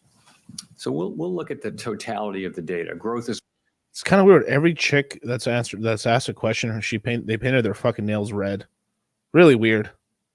I know I'm noticing weird little things, but just like interesting. One thing. So is inflation, so is labor market data. So we look at the total as we make decisions about policy changes going forward. We're going to look at all those things, and particularly about as they affect the outlook. It's ultimately all about the outlook and the balance of risks as well. So that's what we'd be looking for. If we have stronger growth, that'll be good for people. That'll be good for the labor market. It might actually mean that it takes a little longer to get inflation down to 2%. We will get it down to 2%. But if we see stronger growth, we will set policy according to what we actually see, and so that's how I would answer. I guess the question I'm asking, if you don't mind a quick follow-up, I guess the question I'm asking is above trend growth itself a problem? It's only a problem it's not itself a problem. It's only a problem insofar as it makes it more difficult for us to achieve our goals. And if you have growth that's robust, what that will mean is probably will keep the labor market very strong. It probably will place some upward pressure on inflation. That could mean that it takes longer to get to 2% inflation. That could mean we need to keep rates higher for longer. It could even mean ultimately that we would need to hike again. It just is. It's the way our policy works. Neil. Hi, Chair Powell. Neil Irwin with Axios. How do you interpret the state of the labor market right now? And in particular, you've referred even today to evidence that it's coming into better balance. What would you need to see to conclude that it has reached that balance? So on the better balance side, there's just a lot of things. It's you see job growth still strong, but moving back down to more sustainable levels given population growth and labor force participation. The things that are not quite, but let me go on with that list. Claims are low.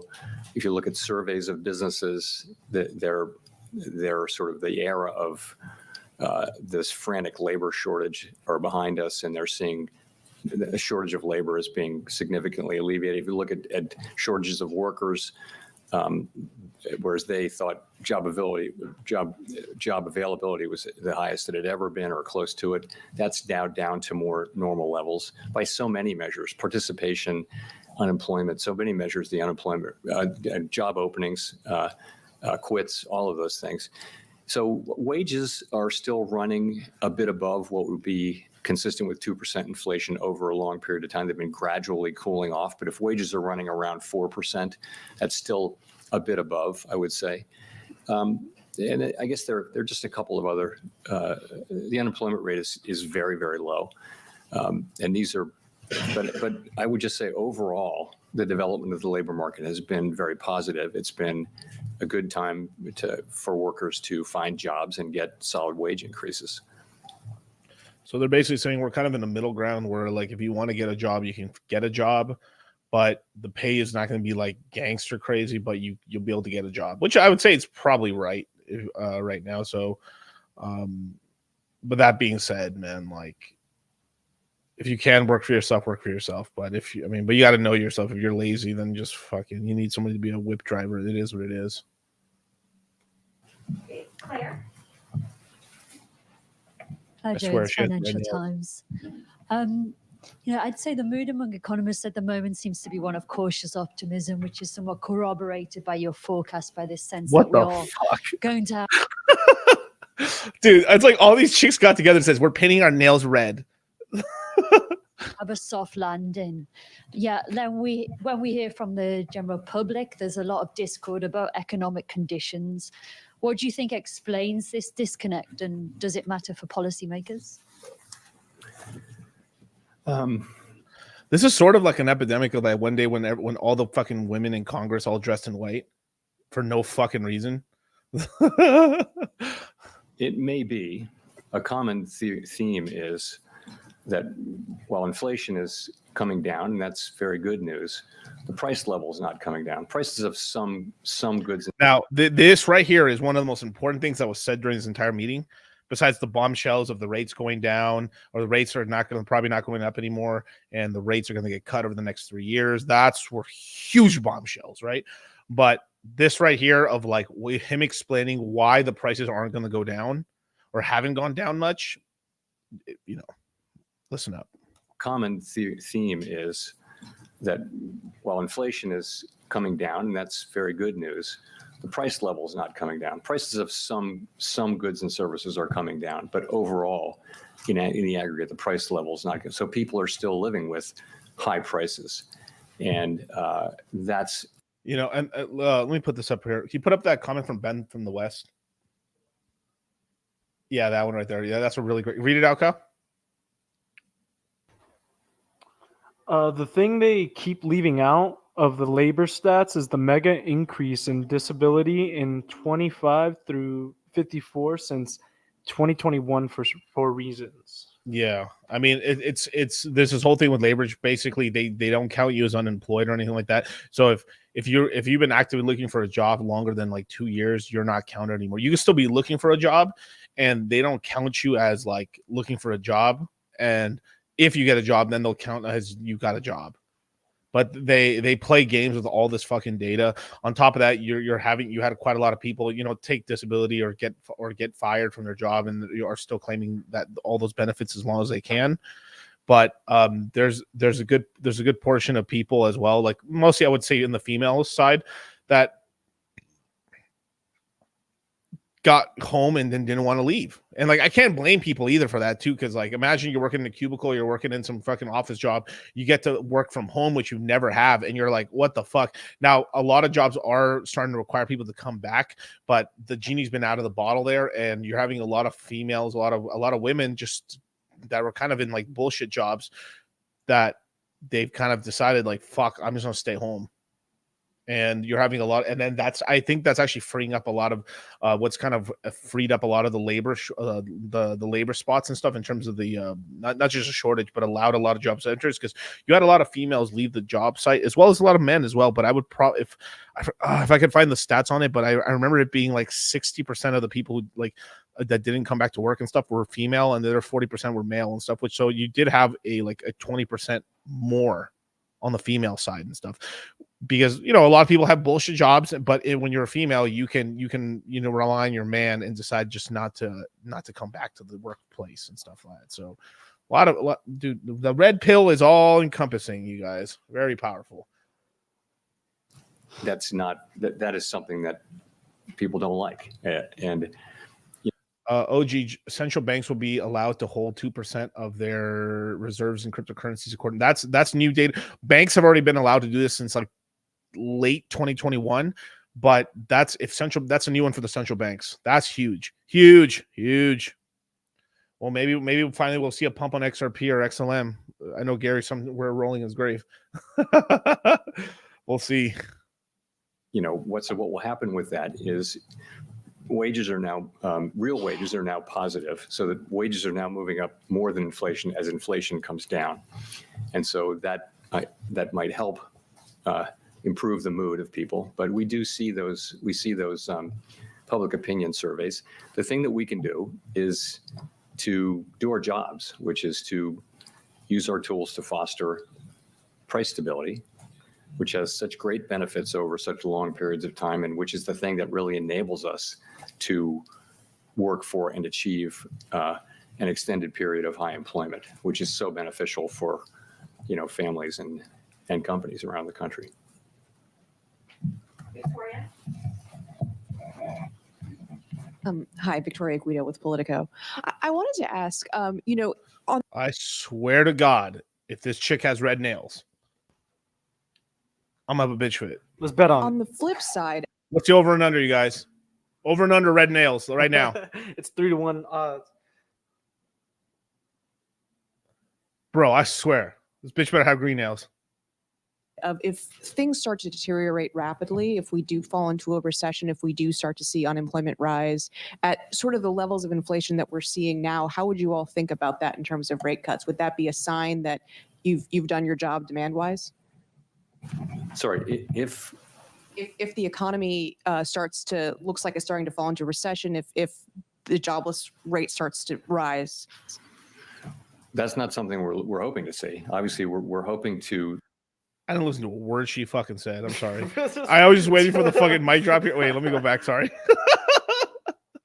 Oh. Hi, Victoria Guido with Politico. I wanted to ask, you know, on the flip side of if things start to deteriorate rapidly, if we do fall into a recession, if we do start to see unemployment rise at sort of the levels of inflation that we're seeing now, how would you all think about that in terms of rate cuts? Would that be a sign that you've done your job demand-wise?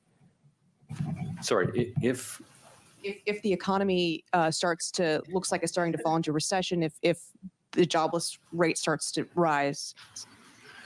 That's not something we're hoping to see. Obviously, we're yeah, that's pretty fucking bad. He's like, basically, it's like, oh shit, because then they'd have to start cutting rates rapidly at that point because basically they've over tightened, and that we would be in more for a harder landing, pretty much. And then they'd have to scramble and cut rates aggressively. Like we probably see like 150 basis point cut in order to juice the market up to stop the bleeding out and stuff. But then even then there'll be a lag effect of people losing jobs for a while. So like I think they've done a soft landing more or less as much as they can, but we've also like propped the economy up with 2 proxy wars, one in the Ukraine, another one in Israel. So we're hoping to see something very different, which is continuation of what we have seen, which is the labor market coming into better balance without a significant increase in unemployment, inflation coming down without a significant increase in unemployment, and growth moderating without a significant increase in unemployment. That's what we're trying very much to achieve, and not something we're looking to see. But would you take that as a signal that you should cut rates? Obviously what we'll do is we'll look at the totality of the data, as I've mentioned. Yes. Certainly the labor data would be important in that. And, if you can describe. If they're already considering cutting rates now and just waiting a little bit just because they'd rather over tighten than under tighten, which they've said before many, many times in a lot of these FOMC meetings. But if it really starts going down a lot, like, oh shit, unemployment's spiking, the GDP starting to crash down, yes, they're going to cut rates like today, basically. Today.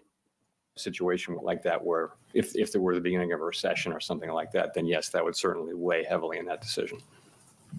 So yes. El cameraman. Michael McKee from Bloomberg Television and Radio. Mr. Chairman, you were, by your own admission, behind the curve in. Why are they showing on him? Fight inflation. Haram. Wait, no. She didn't have red nails. The one time we put the bet over under, they don't show. God, she probably didn't have red nails. Again, we're trying to become the degenerate. We're gambling on fucking chicks. Is fucking like, oh my god, dude. Full effects of our tightening cycle have not yet been felt. How will you decide when to cut rates, and how will you ensure you're not behind the curve there? So we're. Could you imagine if he had red nails painted? Yo. Wait a second. Oh my god! We're totally fucking DJs, man. We're speculating, taking over and unders on nail polish color. Mr. Chairman, you were, by your own admission, behind the curve in starting to raise rates to fight inflation. And you said earlier, again, the full effects of our tightening cycle have not yet been felt. How will you decide when to cut rates, and how will you ensure you're not behind? Damn, he kind of shit on Jerome right now. Hey, yo, Jerome, I know you were fucking a little bit slow on the fucking handle and shit to like raise rates and stuff like that. So how are you not gonna fuck this up this time? In the curve there. Had that man thinking for a second. He's like, gold. Really? I gotta catch that. There. Wait. Are you serious right now? Yo, he was like, yo, you really about to... I'm about to activate the Sharingan on you, motherfucker. So we're aware of the risk that we would hang on too long. We know that that's a risk, and we're very focused on not making that mistake. And we do regard the two. We've come back into a better balance between the risk of overdoing it and the risk of underdoing it. Not only that, we were able to focus hard on the price stability mandate, And we're getting back to the point where, which is what you do when you're very far from one of them, one of the two mandates. You're getting now back to the point where both mandates are important, and they're more. Like, I can tell you exactly why they didn't start rate cuts right away, is because they didn't want to get blamed for fucking ending the bull run. Yep. Straight up. They waited for most of the markets to top out, then they started raising rates after that. Because they didn't want to get blamed. They didn't want to be the reason that it was a top there. They don't want to get blamed for that. And then it's because they don't want to be political and stuff. And they also had political pressure. Like, come on. They talked to the fucking Treasury Department all the fucking time. The fucking Treasury Department in 2017 created a way to short Bitcoin and Ethereum in order to make the top of the $20,000 top. The same day Bitcoin topped, the same day they passed, the Treasury Department passed a way for you to pass a certain type of thing so you could short Bitcoin on the same fucking day, and then they're laughing about it. Fuck out of here with that bullshit. Balance too. So I think we'll be very much keeping that in mind as we make policy going forward. And the things we'll be looking at, I've already described. You know, we're obviously looking hard at what's happening with demand. And what we see the same thing other people see, which is a strong economy, which really put up quite a performance in 2023. We see good evidence and good reason to believe that growth will come in lower next year. And you see what the forecasts are. I think the median participant wrote down 1.4% growth. But so there's actually something like, here, can I put the camera on me for 1 second or half screen it? So yeah, you can do that. Yeah. So what he's talking right there is really important, is that, all right, the GDP numbers are going down, so they're going to lower rates in order to kind of juice those up. But we also have to remember is that we live, like, where's the Robert Kiyosaki? Right here, cash flow quadrant right here, right? We're in the investor side. I call it the capital class, right? If we're in the capital class, lowering rates means it's easier to borrow money, so there's more money for speculation, so asset prices can actually go up. So the rest of the economy is like waning or just going sideways. We're going to be making money because rates are going down. This is why it's so, we're already making money now. I'm sorry for some of you guys who aren't making money right now. That sucks. But for most of us, the people who follow me, we're in the green. We're making money. We're getting that cha-ching. Buying all the bottoms. We're making that money. Our guys are making money right now. And when these rates start going down, we're going to make more money and more money and more money and more money. I rhymed mansion with Wisconsin. That's how crazy it is. But all right, put us back up. You know, we'll have to see. It's very hard to predict. We'll also be looking to see progress on inflation and you know, the labor market remaining strong, but ideally without seeing the kind of large increase in unemployment that happens sometimes. When you begin the cutting cycle, will it be essentially run the same way you do it now with raising rates, where you basically do trial and error cut and see what happens, or will you tie it to some particular measure of progress? We haven't typically tried to articulate, with one exception, a really specific target levels, which was, some of you will remember the thresholds that we used in, I guess, 2013. The answer is, these are things that we haven't, you know, really worked out yet. We're sort of just at the beginning of that discussion. Edward. Thank you, Mr. Chairman. Edward Lawrence of Fox Business. So if the Fed cuts rates, as the dot plot is showing, about 75 basis points, does that signal or that there's a belief of... Dude, if I was there, I'd be wearing the most ridiculous amount of gold rings and shit. I'd be looking fucking like just pimpering after pimpering after Trinidad pimpering. James, all gold. Yeah, like my mic, like when I get the mic, I put a cover on it to make it all bedazzled and shit. weakness next year in the economy? It wouldn't, if that were, first of all, let me just say, that isn't a plan. That's just accumulating what people wrote down. So that's not something, you know this, but allow me to say it again. We don't debate or discuss what the right, you know, whose SEP is right. We just say what they are and we tabulate them and publish them. So it's, you know, it's important for people to know that, but it wouldn't need to be a sign of, it could just be a sign that the economy is normalizing and doesn't need the tight policy. It depends on the economy can evolve in many different ways, right? So But it could be more what I just described. And you focused on core inflation. We've heard from in other meetings. How sticky is core inflation right now? Well, that's what we're finding out, and we've seen real progress in core inflation. It has been sticky, and famously, the service sector is thought to be stickier. But we've actually seen reasonable progress in non-housing services, which was the area where you would expect to see less progress. We are seeing some progress there, though. In fact, all three of the categories of core are now contributing. Goods, housing services, non-housing services, they're all contributing at different levels, meeting by meeting, or rather report by report. So, yeah. Okay, let's go to Katerina. All right, here we go. Katerina Sarajevo, Bloomberg News. Thanks for taking our questions. I just wanted to ask a little bit about, we had some pretty positive data this morning and yesterday. Oh, this motherfucker blocking that. Oh my God, dude. Incorporated into the forecast we see today. But I just wanted to ask, how that kind of adds to your thinking, on the inflation outlook. Right. So we got CPI. The amount of cock blocking we're getting right now. It's like your shit's live, and then the fucking refs found this shit out, and they're fucking Jewing me out right now. Morning of the first day, and we got PPI the next day, which informs the translation into PCE.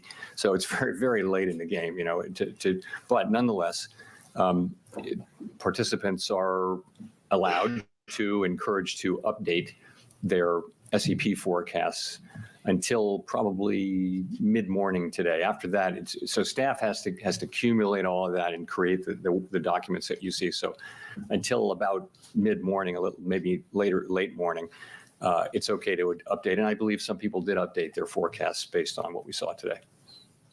Okay, and you see, I mean, how are you when you think about,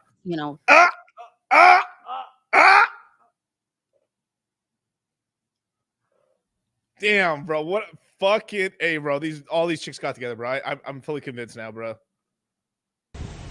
I live in a town where there's like no emo girls and no scene girls, and it sucks. There's all these basic bitches who listen to Taylor Swift. Ew, Taylor Swift's disgusting. I'm just really pissed. Bro. They got all together and decided that these chicks are in a group chat at the highest level of finance. These bitches are in a group chat trying to decide their fucking nail color polish. Homies. There's it's not even like the chicks that are Republican with the red nails and some blue nail ones. Like, no, it's wow. At the highest level, you guys. It's Christmas time, bro. I don't know, man. He who controls the pumpkin spice controls the white girls. I don't know, bro. Green's also a color. starting to think about the rate cuts next year or whenever they come. How do you think about the economy we're in now, kind of post-pandemic? Do you think that there's been significant structural shifts, and is that going to change how you look at a rate cut path? The question of whether there have been fundamental structural shifts is a really hard to know the answer, and a very interesting one right now. The one that would affect, one that comes to mind, though, is just the question of where the neutral rate of interest is.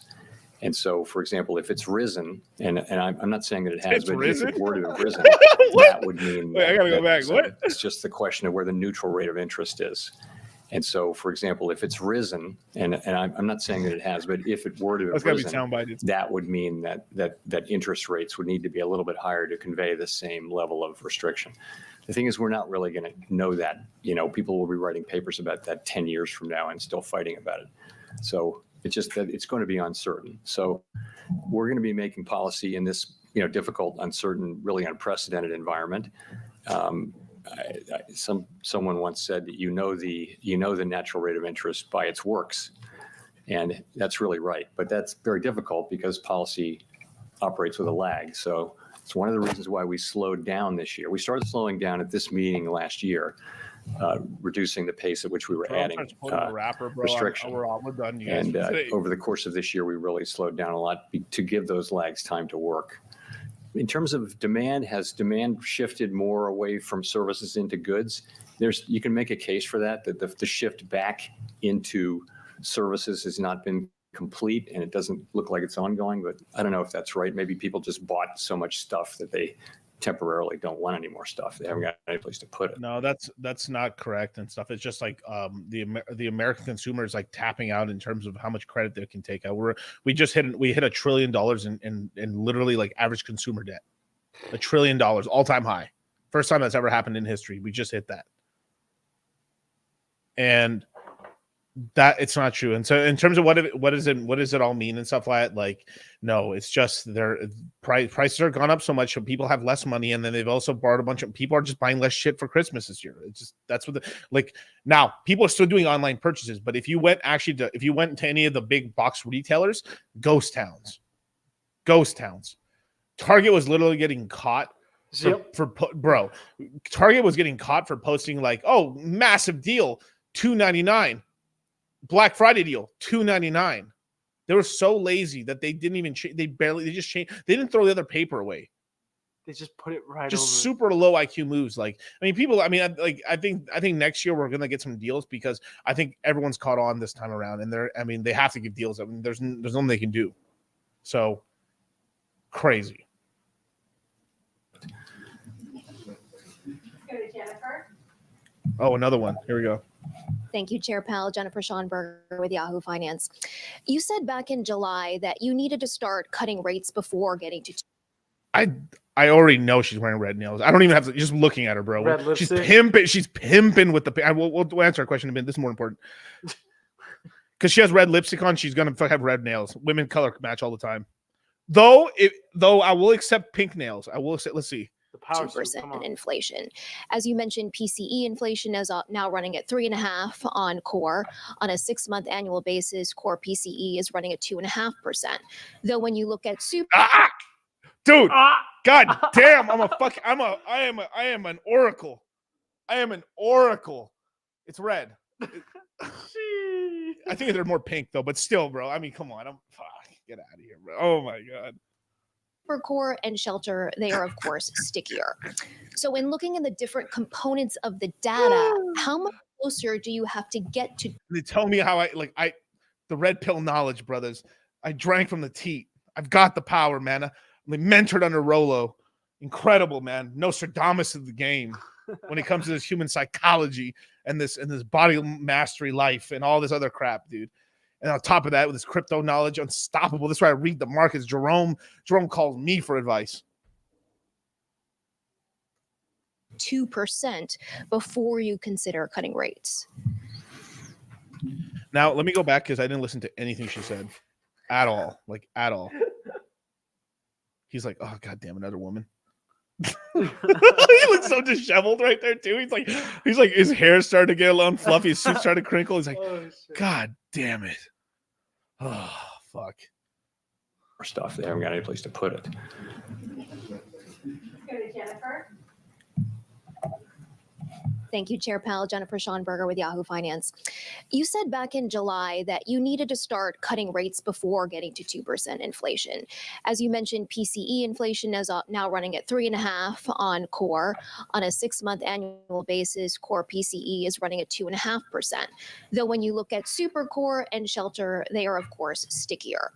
So in looking at the different components of the data, how much closer do you have to get to 2% before you consider cutting rates? That's a pretty good question. Shout out to Yahoo Finance. That is a great question and stuff. So, I mean, basically, like, just as long as they can go. But I mean, once the CPI can get down another 25 more basis points lower and stuff, like it gets right in that range. I think I really believe they're really playing this more on a time factor than not, basically, because I could see them maybe being I just think they're just trying to make sure to hurt the market as much as they can for as long as they can, but they can't go past the summer. So it's like they have to start cutting rates in the summer. It's really just based off of time. So they really only have 3 months to just keep rates at where it's at, and they're just hoping it works for it. The CPI just keeps going down and stuff. But if the stock market and everything starts raging on and stuff, and crypto's going up and stuff, then the big nail in the thing is that they're basically said we've already crushed real estate. We've already crushed real estate bad.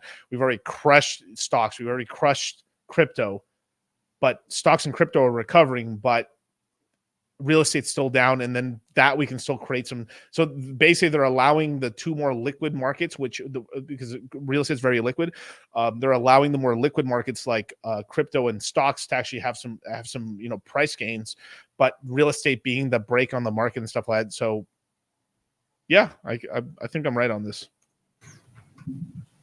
I mean, the reason you wouldn't wait to get to 2% to cut rates is that policy would be too late. I mean, you'd want to be reducing restriction on the economy well before 2%, because before you get to 2%, so you don't overshoot. If we think, yeah, then basically saying is like if they wait until so what'll happen is if they wait till like the interest rates actually get to 2% flat or even lower, but if they start lowering rates at that point, you can get a problem where like the inflation rate goes down really to basically zero or some, which is bad for them. Because it makes debt more real, because over time, what they're trying to do with debt, why they go for a 2% inflation rate is because over a 30-year span of time, that 2% isn't a lot, but over 30 years, 10 years, it's substantial. I mean, it basically makes the debt zero. It makes it for free. So this, and what they're doing is they're playing off of human emotion here, and they're going off of human psychology. So what they're doing is by just having it somewhere in the back of somewhere in the back of your mind, you know that the dollars are getting shittier. That forces you to go put your money out of the bank and go invest in a business, go buy stock. Cash is trash. That shit. So the higher the inflation is, the more people you have to go out to get a return. So they want to put the economy in sort of an inflationary thing, because we have a lot of debt that makes our debt over the long term not that much. And on top of that, it forces the productive people of society and the people with extra capital to go invest more into the market, which keeps us growing. Versus where if our economy was actually deflationary, this would be very bad, because people would keep all their money in savings. They don't want to buy. They want to be business, because basically you would just keep your money in your bank, because every day your money's being worth more. So inflation, a small amount of inflation, creates a velocity of money. It does, but it's still some fuck shit. I understand it's not a perfect system, because humans are not perfect. We're very flawed animals, and most of us are semi-retarded. All of us. And anyone under 24. Stupid. That's a clip right there, you guys. think of restrictive policy as weighing on economic activity. It takes a while for policy to get into the economy, affect economic activity, and affect inflation. So I can't give you a precise answer, but if you look at what's in the SEP, and I think you'll see a reasonable estimate of the time lags and things like that it would take. Do you think below 3% would be reasonable? I wouldn't want to identify any one precise point, because I would be able to look back then and probably find out that it turned out not to be right. But we'll be looking at it and looking at the broad collection of factors.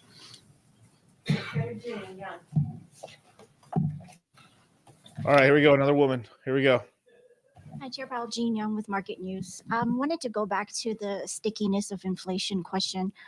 Over the past couple of years, a lot of central bankers have talked about the more difficult last mile of getting inflation back down to 2%. Yet it's also been surprising how fast. And this is kind of like so.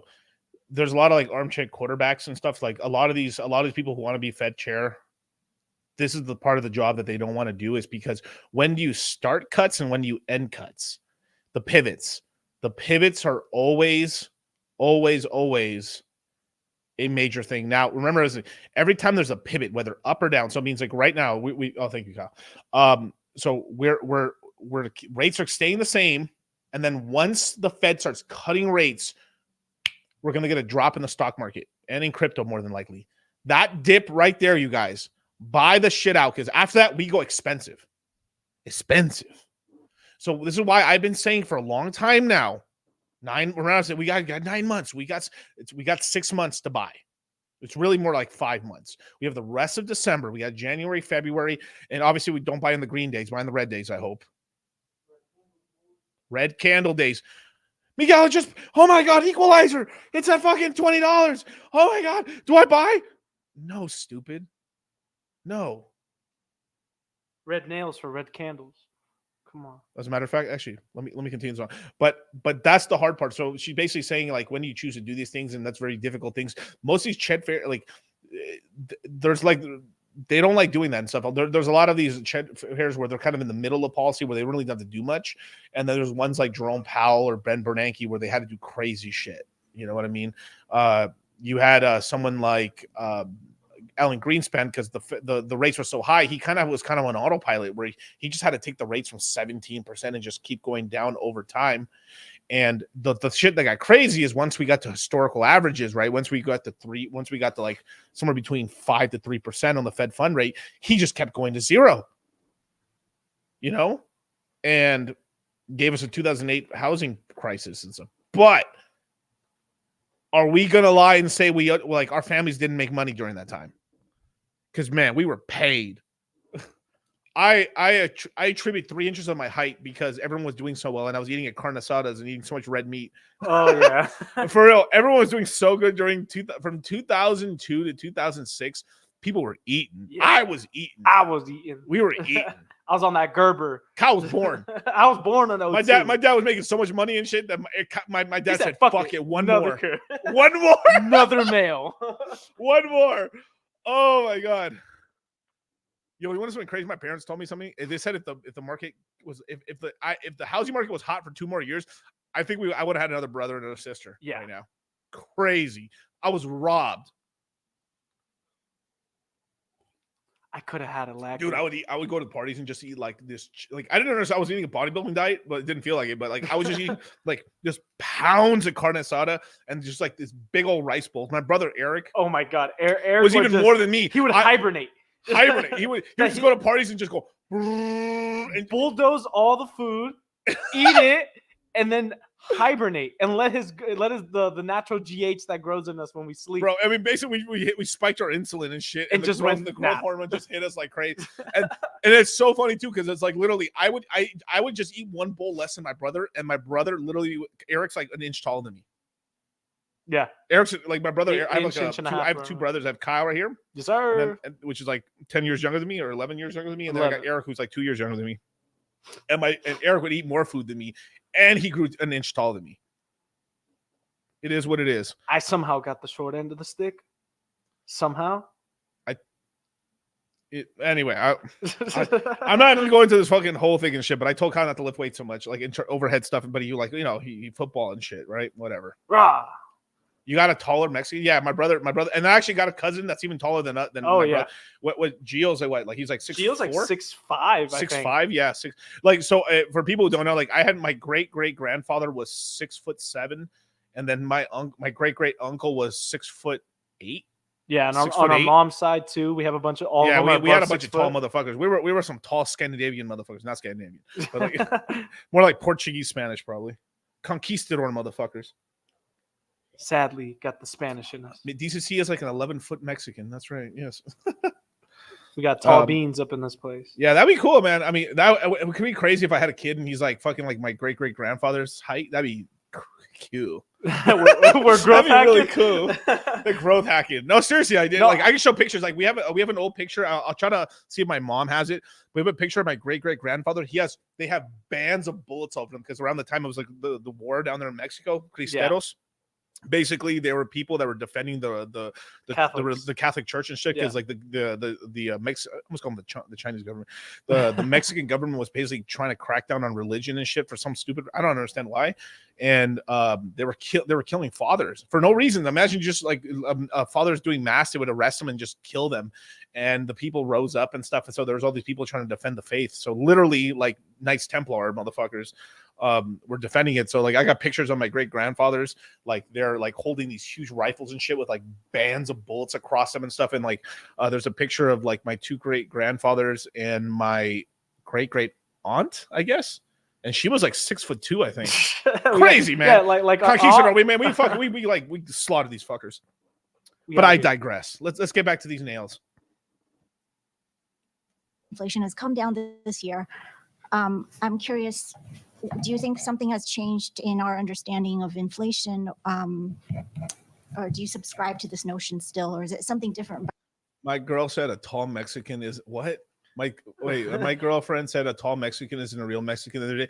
Well, okay, technically, I mean, we do have 50% of our DNA is indigenous I am Mexicans. hundreds so of thousand X's more Mexican Native than have to American be. than Pocahontas. No, sure. No, who's called Elizabeth Warren? Yeah, Elizabeth Warren. Yeah, I'm 100,000 X more Native American than Elizabeth Warren. Factually, Yep. blood wise, incredibly, yeah. But but she's technically right, yeah. Like the Nathan, because if you actually look at the map, if you look at the average height in Mexico City, that's actually the capital. Mexico City is the capital of the Aztec Empire. Yeah. Those guys are all like 5'5". Oh yeah, short 4'3". short as hell. When the more south you go, the shorter they get. The northern, the more Spaniard, Irish, other European blood is. Yeah. So Spaniards are tall and stuff, and on top of that too, they were selecting for the tallest ones to go over there and stuff like that, and everything. It's just a lot of shit like that. And then the racist shit is like, whether it's cool or not, this is the fucking truth. Like, they push this whole shit. This is not just because of the Spanish. This was like some fucked up thing that all the Europeans had about like them being better than everyone else and stuff. So they put in place, they put all the light. It's the same shit they did with black people and stuff like that, where like, you know, the light skins were worked in the houses and they worked in the better job. It's so fucked. It happened. Colorist. And so like to this day, some of the richest Mexicans are all like Carlito Slim, which runs all the telecoster. The fucker is a white boy. He's not even Mexican. He's not even Mexican. Like, straight up, like crazy. Like, we're literally, but it's more about culture, really. But it is a thing. Yeah, we are Mexican, but like culturally, we are. I mean, fuck, I can take you to the farm. Yeah, literally, insane, dude. Come for crypto knowledge, leave with real history knowledge, dude. I'm a big history buff. I love history, man. History's so cool, man.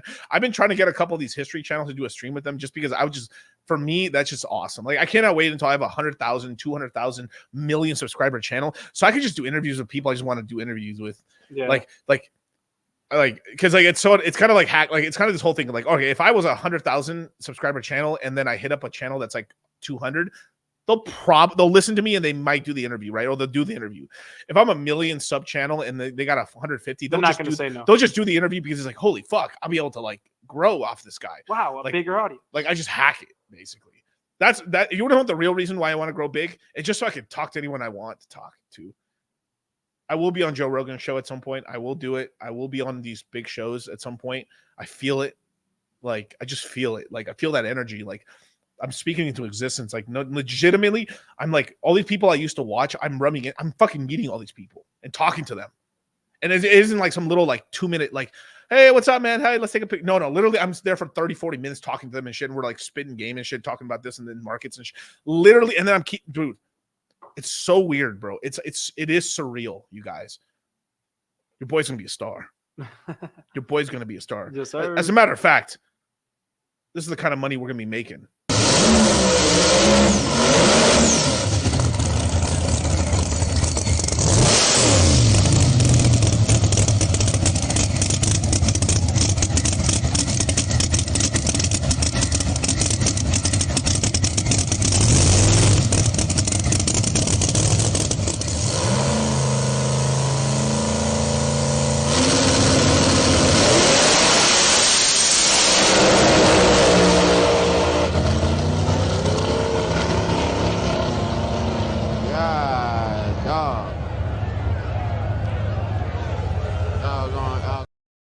Sheesh.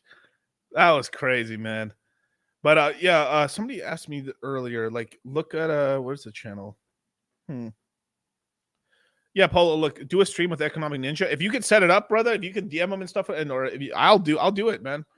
Shit, I love to do any stuff with historians or economic guys. Like, it's right up my fucking alley and stuff. Like this is why I get along so much with George Gammon and stuff. Like, I can understand him. But yeah, that car is fucking sick. I watched that video so many times. I was like, I have to play it I have to make it on my vids and stuff. Like, eventually, like, people are gonna be like begging me or trying to pay me to put their memes on my thing because I can blow their memes up. Like, that's gonna happen. Mark my words. You're a beta male, Sonic. Stephanie Dragos, let's see. Higher for longer in the morning. That's right. See Alice. But just take one pill. Don't take two. How fast does that charge? It's like 3,000 horsepower. I think someone was saying it was like almost 3,000 horsepower. I'm guessing it's a sub 7. Dude, if you notice at the end of that video, it had to turn a parachute on to slow down. That's how crazy. I was like, who the fuck let the other car race? Insane. But anyway, let's get back to it. Let's see if this chick's nails are red. About the U.S. economy. All right, she's kind of wearing reddish, orange, and stuff like that. But let's see. No, oh. She didn't paint her nails. Wow. I think. I think this. You know, we I basically won a fucking like six game parlay. Basically. Oh yeah, shout out to Gary the numbers guy showing me how to like sports bet. It's fucking wild, bro. I know what he's doing. He's going for X's and stuff. It's pretty insane, dude. Like I gotta hang out with Gary the numbers guy a lot and stuff. I saw him win so much fucking money sports gambling, crazy. But I will say one thing: when I was there with him at the casino, and he's just throwing hundreds and hundreds of dollars into the machine and betting on these parlays. I did tell him. Not to fade the fucking not to fade the Vikings. But man, that was a pretty low scoring game. It was like what 0-3, bro. Dude, I mean, I didn't blame him too. I would have. I just said, hey, I think the only thing I told him is my contribution. I was like, hey, just bet one of these same things, but with like that team winning. That's the only thing. But Gary's legit. Felt since the beginning that it would be a combination of two factors. The first factor is just the unwinding of what happened in the pandemic, the distortions of supply and demand. And the second thing would be our policy, which was weighing on aggregate demand and actually making it easier for the supply side to recover because of lower demand. We thought those two things were going to be necessary. Sorry, say the last part of your question again. If there was something different about the U.S. economy. Yeah, so it's not that. It may or may not be about the U.S. economy being different. I think that this inflation was not the classic demand overload, pot boiling over kind of inflation that we think about. It was a combination of very strong demand, without question, and unusual supply side restrictions, both on the goods side, but also the trade war. It was a trade war, bro. It was in COVID. Yep. Like that's what it was about. And it wasn't that there was more demand and stuff sure there was the economy was doing the reason we had so much inflation on the high ticket items is because a lot of people made a lot of money and then they were buying Rolexes, they're buying cars, they're buying a lot of stuff like that. But what was going on is that the supply side, because we were moving our factories. This is why I think I think COVID was real. I do think it's real, but then they blew it up out of proportion in order to find a way to justify to turn the economy down. So in the meantime, because what will happen is if the economy was at full fucking blast in 2020, 2021, they never shut us down for COVID, right? If they never shut us down for COVID, oh my God, the prices on thing would have gone to historic. I'm talking about like oh my God, like we probably be paying like 100, like let's just say if you're a steak, right? Let's just say a pound of steak, whatever. Let's just say a pound of steak's $15 right now, right? It was $7, now 15. It would have gone to like $50. I'm saying like the prices would have gone bananas. And then on top of that, I found something out. So you know a lot of those meat factories that are burning down during the time. I found a lot of those were Chinese owned. So I think the US government on the low was burning down Chinese assets here in the States. Dudes. A lot of those look into it. A lot of them had a high amount of Chinese investors in them, or they were Chinese owned.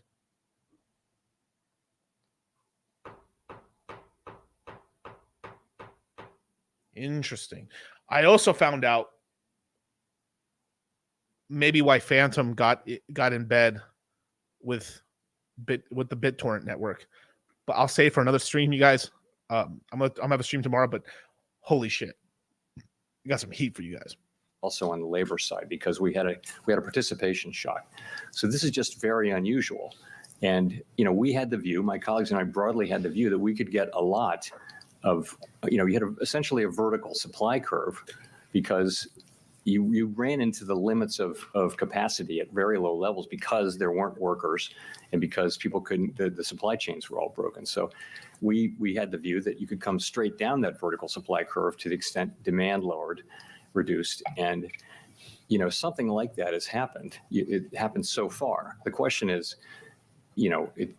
once that part of it runs out, and we think it has a ways to run, we definitely think that the sort of supply chain and shortages side has some ways to run. Does labor force participation have much more to run? It might. Immigration could help, but it may be that at some point you will run out of supply side help, and then it gets down to demand, and it gets harder. That's very possible.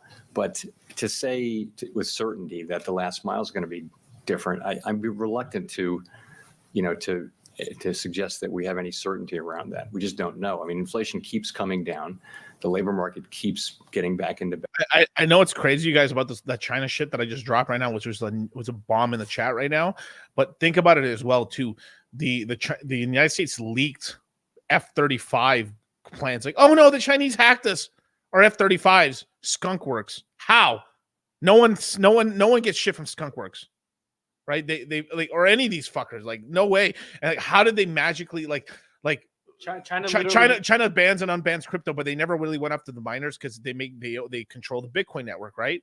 Well, the Bitcoin, and like, if you're going to look at it over time, it's going more European American. The Americans and the Europeans are taking over the fucking Bitcoin mining sector. And that's why they're allowing the ETFs, and they've been strategically taking out shit. We instead of it being an Asia-controlled crypto market, it's now going to become a European-American-controlled crypto market. That's what's happening right now. You know what's crazy? There is no second best. Go ahead. That I don't know if it's Fresno or Sacramento, where they found a Chinese biolab in an old meat factory, and has been running there for like the past couple years. Yo, what if that's the reason why Fresno and fucking Bakersfield are just so fucking wild? Maybe. There's something in the carne. Oh my God. Brothers and sisters, I think we got it. Ladies and gentlemen, we got them. I'm telling you, bro, like, there's a lot of weird shit burning down, and a lot of it was China, not all of it, but like I saw some report on it that a lot of it was Chinese-owned assets. There's some geopolitical shit going down, man. We're like, there's a reason like President Xi came, like, fuck all the shit about like them cleaning up that shithole at San Francisco, but them coming, he came to San Francisco, like we summoned him like a dog to San Francisco, and they were begging for the notes is like, United States, we don't ever have to go to war, we don't have to fight, we can find some communication way, and then he left like fucking like, oh my God, bros. And the reason that none of these do, maybe they do some discreet shit, but the reason that they don't like release bioweapons is because, bro, we've already hit that Cold War like stage in terms of bioweapons. Any bioweapon gets released here in the States, everyone else dies.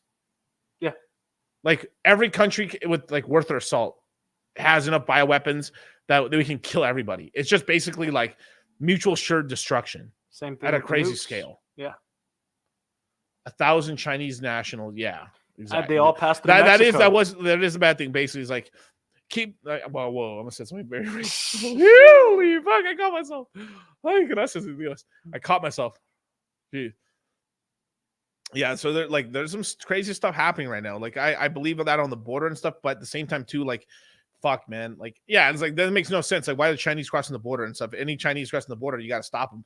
But like, if you see a Latino, you'd be like, all right, that makes sense, right? You know what I'm saying? Like, it's just, like if we bordered China and then a bunch of Chinese are crossing the border, be like, all right, makes sense. Ever since Mexico sold them goddamn docks, them ports to China, all of a sudden, a bunch of Chinese nationals are coming through the border. What if a 2024 election bombing? Damn, that'd be bad. Yikes. Yeah. That would be good for China, brothers and sisters. I mean, the way it's strategically looking right now, that there's a proxy wars. I mean, we basically we have Russia tight. Like if we were gonna go to war with Russia, if the grand plan was basically to fuck up China, right? If the grand plan was to fuck over China, because China has basically fucked us.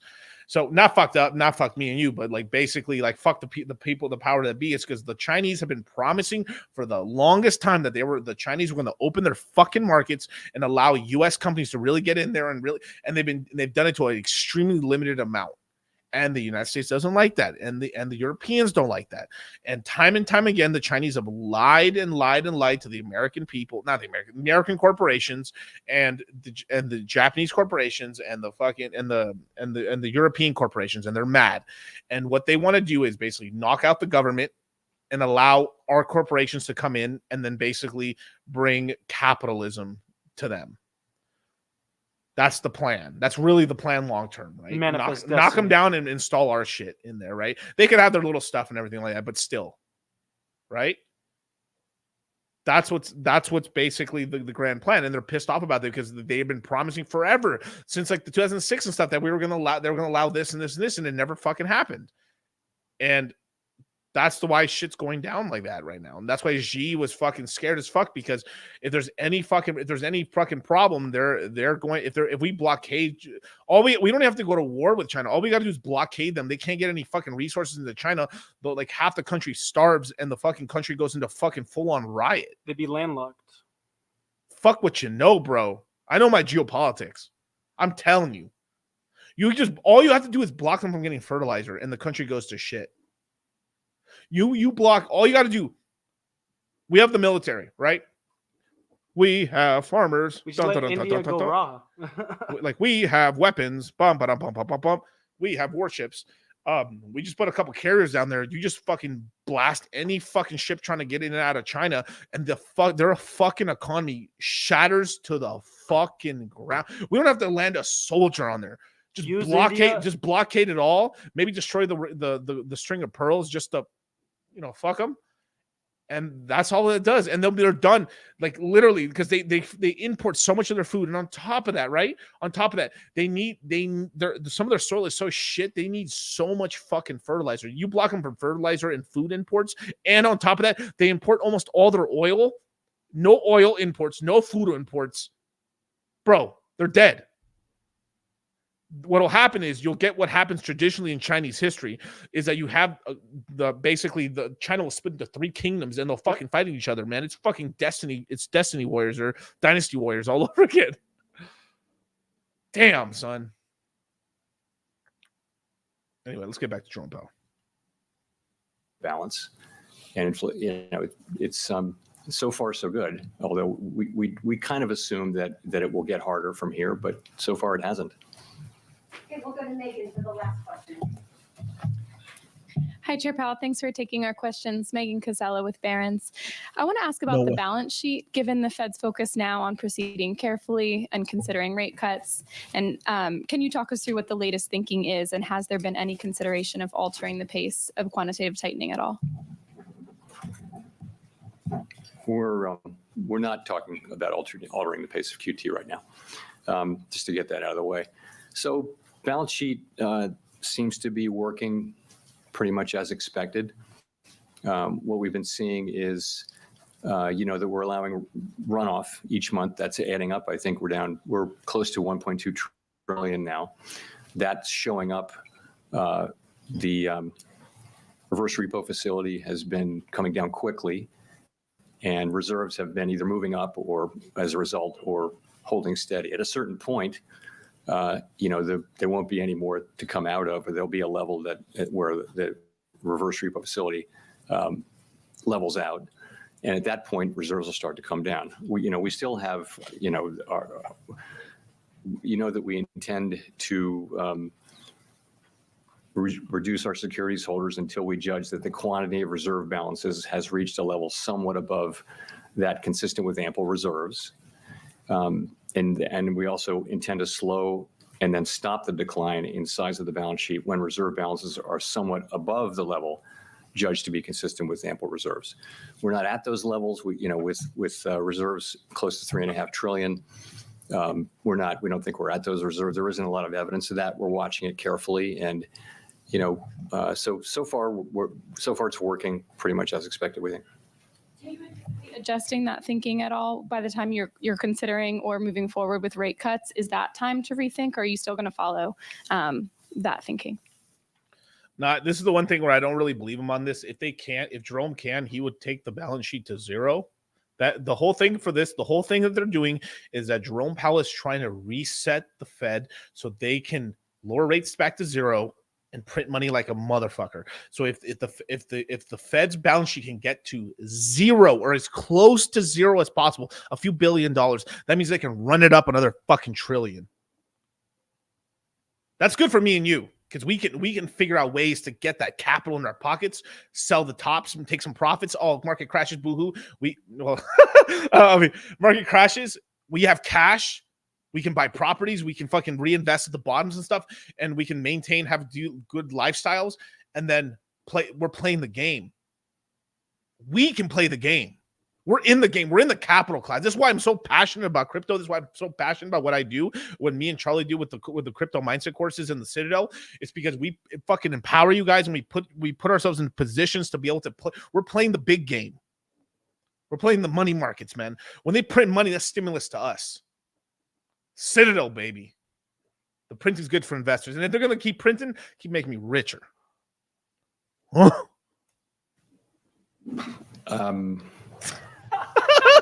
timing. That was such fucking perfect comedic timing. Holy shit. I was so not even playing. That's a universe just loving me. I love that shit. Adjusting that thinking at all by the time you're considering or moving forward with rate cuts? Is that time to rethink, or are you still going to follow that thinking? So I think they're on independent tracks. So you're asking though the question. I guess you're implying the question of can you continue with QT at such time, QT, which is a tightening action, at such time as policy is still tight.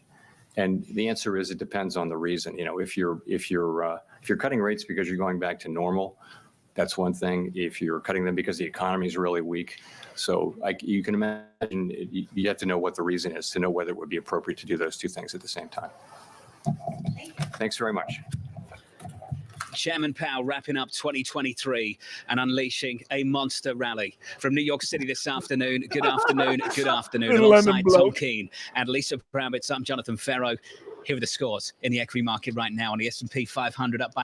Oh my god, that guy cracks me up because it's like the Queen has died. Yeah, That's the EDM music and shit.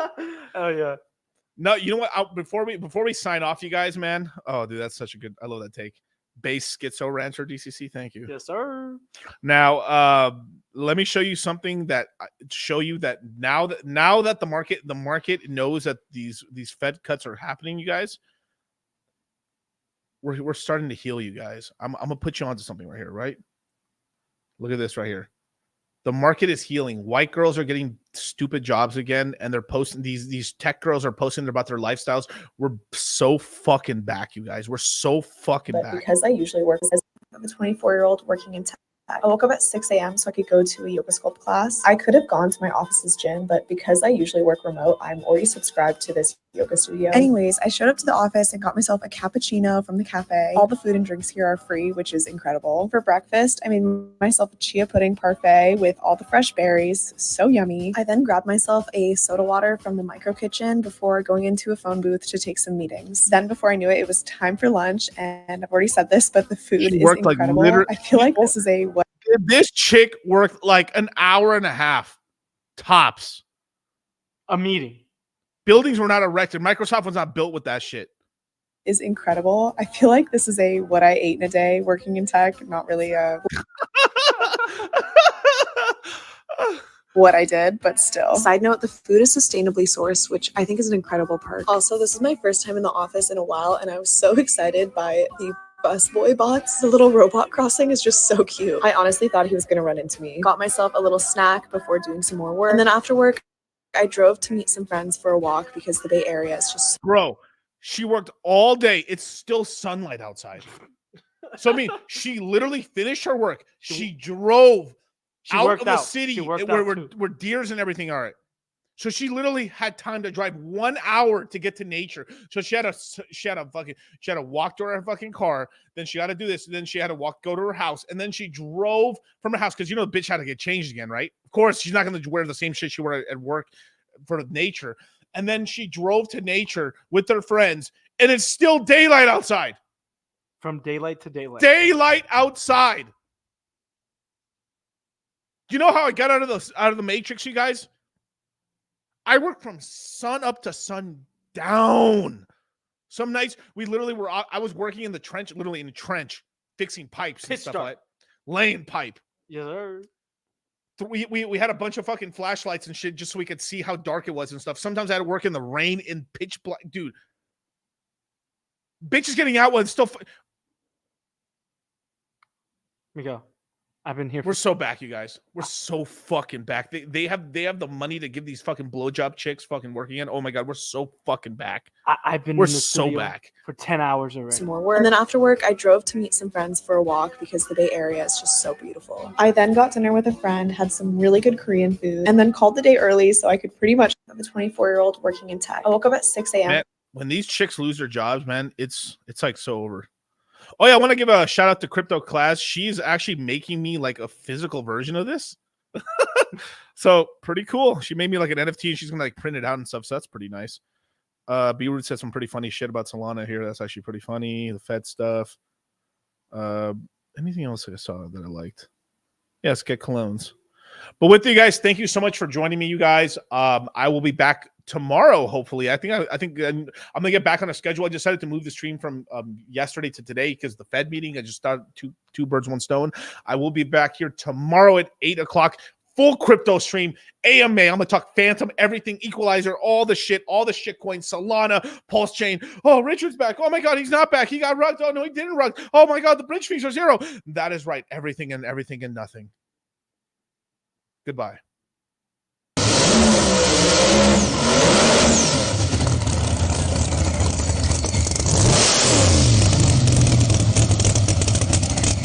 I forgot one thing. I got super chats. We go over the super chats before we leave. Okay, yeah. We got Crypto Boogie. The Citadel's fire. Yeah, freaking fire, son. Get into the Fight Club. Monkeys. That's right, man. There's something special going on in the Citadel right now. Can't talk about it, but get in if you're not a loser. Then we have It's Purple with a 6. I think that Malaysian Rand, I think. There is no second best crypto channel. There's DCC and there's everybody else. They're all just copying the trends. They're all just copying me. Shit that I've said already. They're just saying in a new package. Yes. Then we got Sterling with the $5 super chat. Are airdrops worthwhile to farm? Also, what is your setup if you do it? An example, multiple MetaMask addresses for different airdrops, etc. So Sterling, yes, I'll talk about this a lot. I'll go into way more detail, but I'm gonna give you a short answer. But I will 100% go into detail on tomorrow's stream on the AMA. But yeah, airdrops are definitely worth farming for sure. It's mostly good projects that haven't launched. You're kind of speculating and stuff, but you're like, wow, this project hasn't launched yet. It hasn't launched the token yet. Let me use it a lot, do this and this, and create volume and stuff. Buy NFTs, make an NFT. There's a lot of ways to do it, but yeah, multiple addresses. I typically don't go too crazy because at some point it becomes like, why not just buy the fucking thing after it dips? Right, but it is nice, especially on the come up. And then sometimes if you're really doing a lot of volume, like I got a lot of an airdrop on Solana because I was actually trading a lot of coins back and forth, moving things around, and because of that volume, they gave me a really decent airdrop of tokens, and I was like, "Fuck yeah, dude, that's really cool." So that's how it worked out. Same thing when Uniswap dropped. If you were providing liquidity and you were a bigger liquidity player, you got more Uniswap tokens. Definitely. I'll go into super more detail tomorrow, Sterling. Thank you. Keep going, Kyle. Then we have Stefan Eseku. Yes. Yes. With Romanian 10. Higher for longer in the morning. That's right. And then we got Looks for Danger with the $2 super chat. Remember when she was so oppressed? That's damn right, man. Well, with that, you guys, thank you guys so much for joining me. You know what? Instead of ending that, I'm gonna end it with the Phantom meme. Can't catch me. I'm the fastest thing alive. I was thinking about why so many in the radical left participate in speed running. Huh? The reason is the left's lack of work ethic. What? Go fast rather than do it right. And in a Petersonian sense... Petersonian? To elevate alternative sexual archetypes in the marketplace. fastest hedgehog. Shadow, what the fuck are you talking about? You're a beta male, Sonic.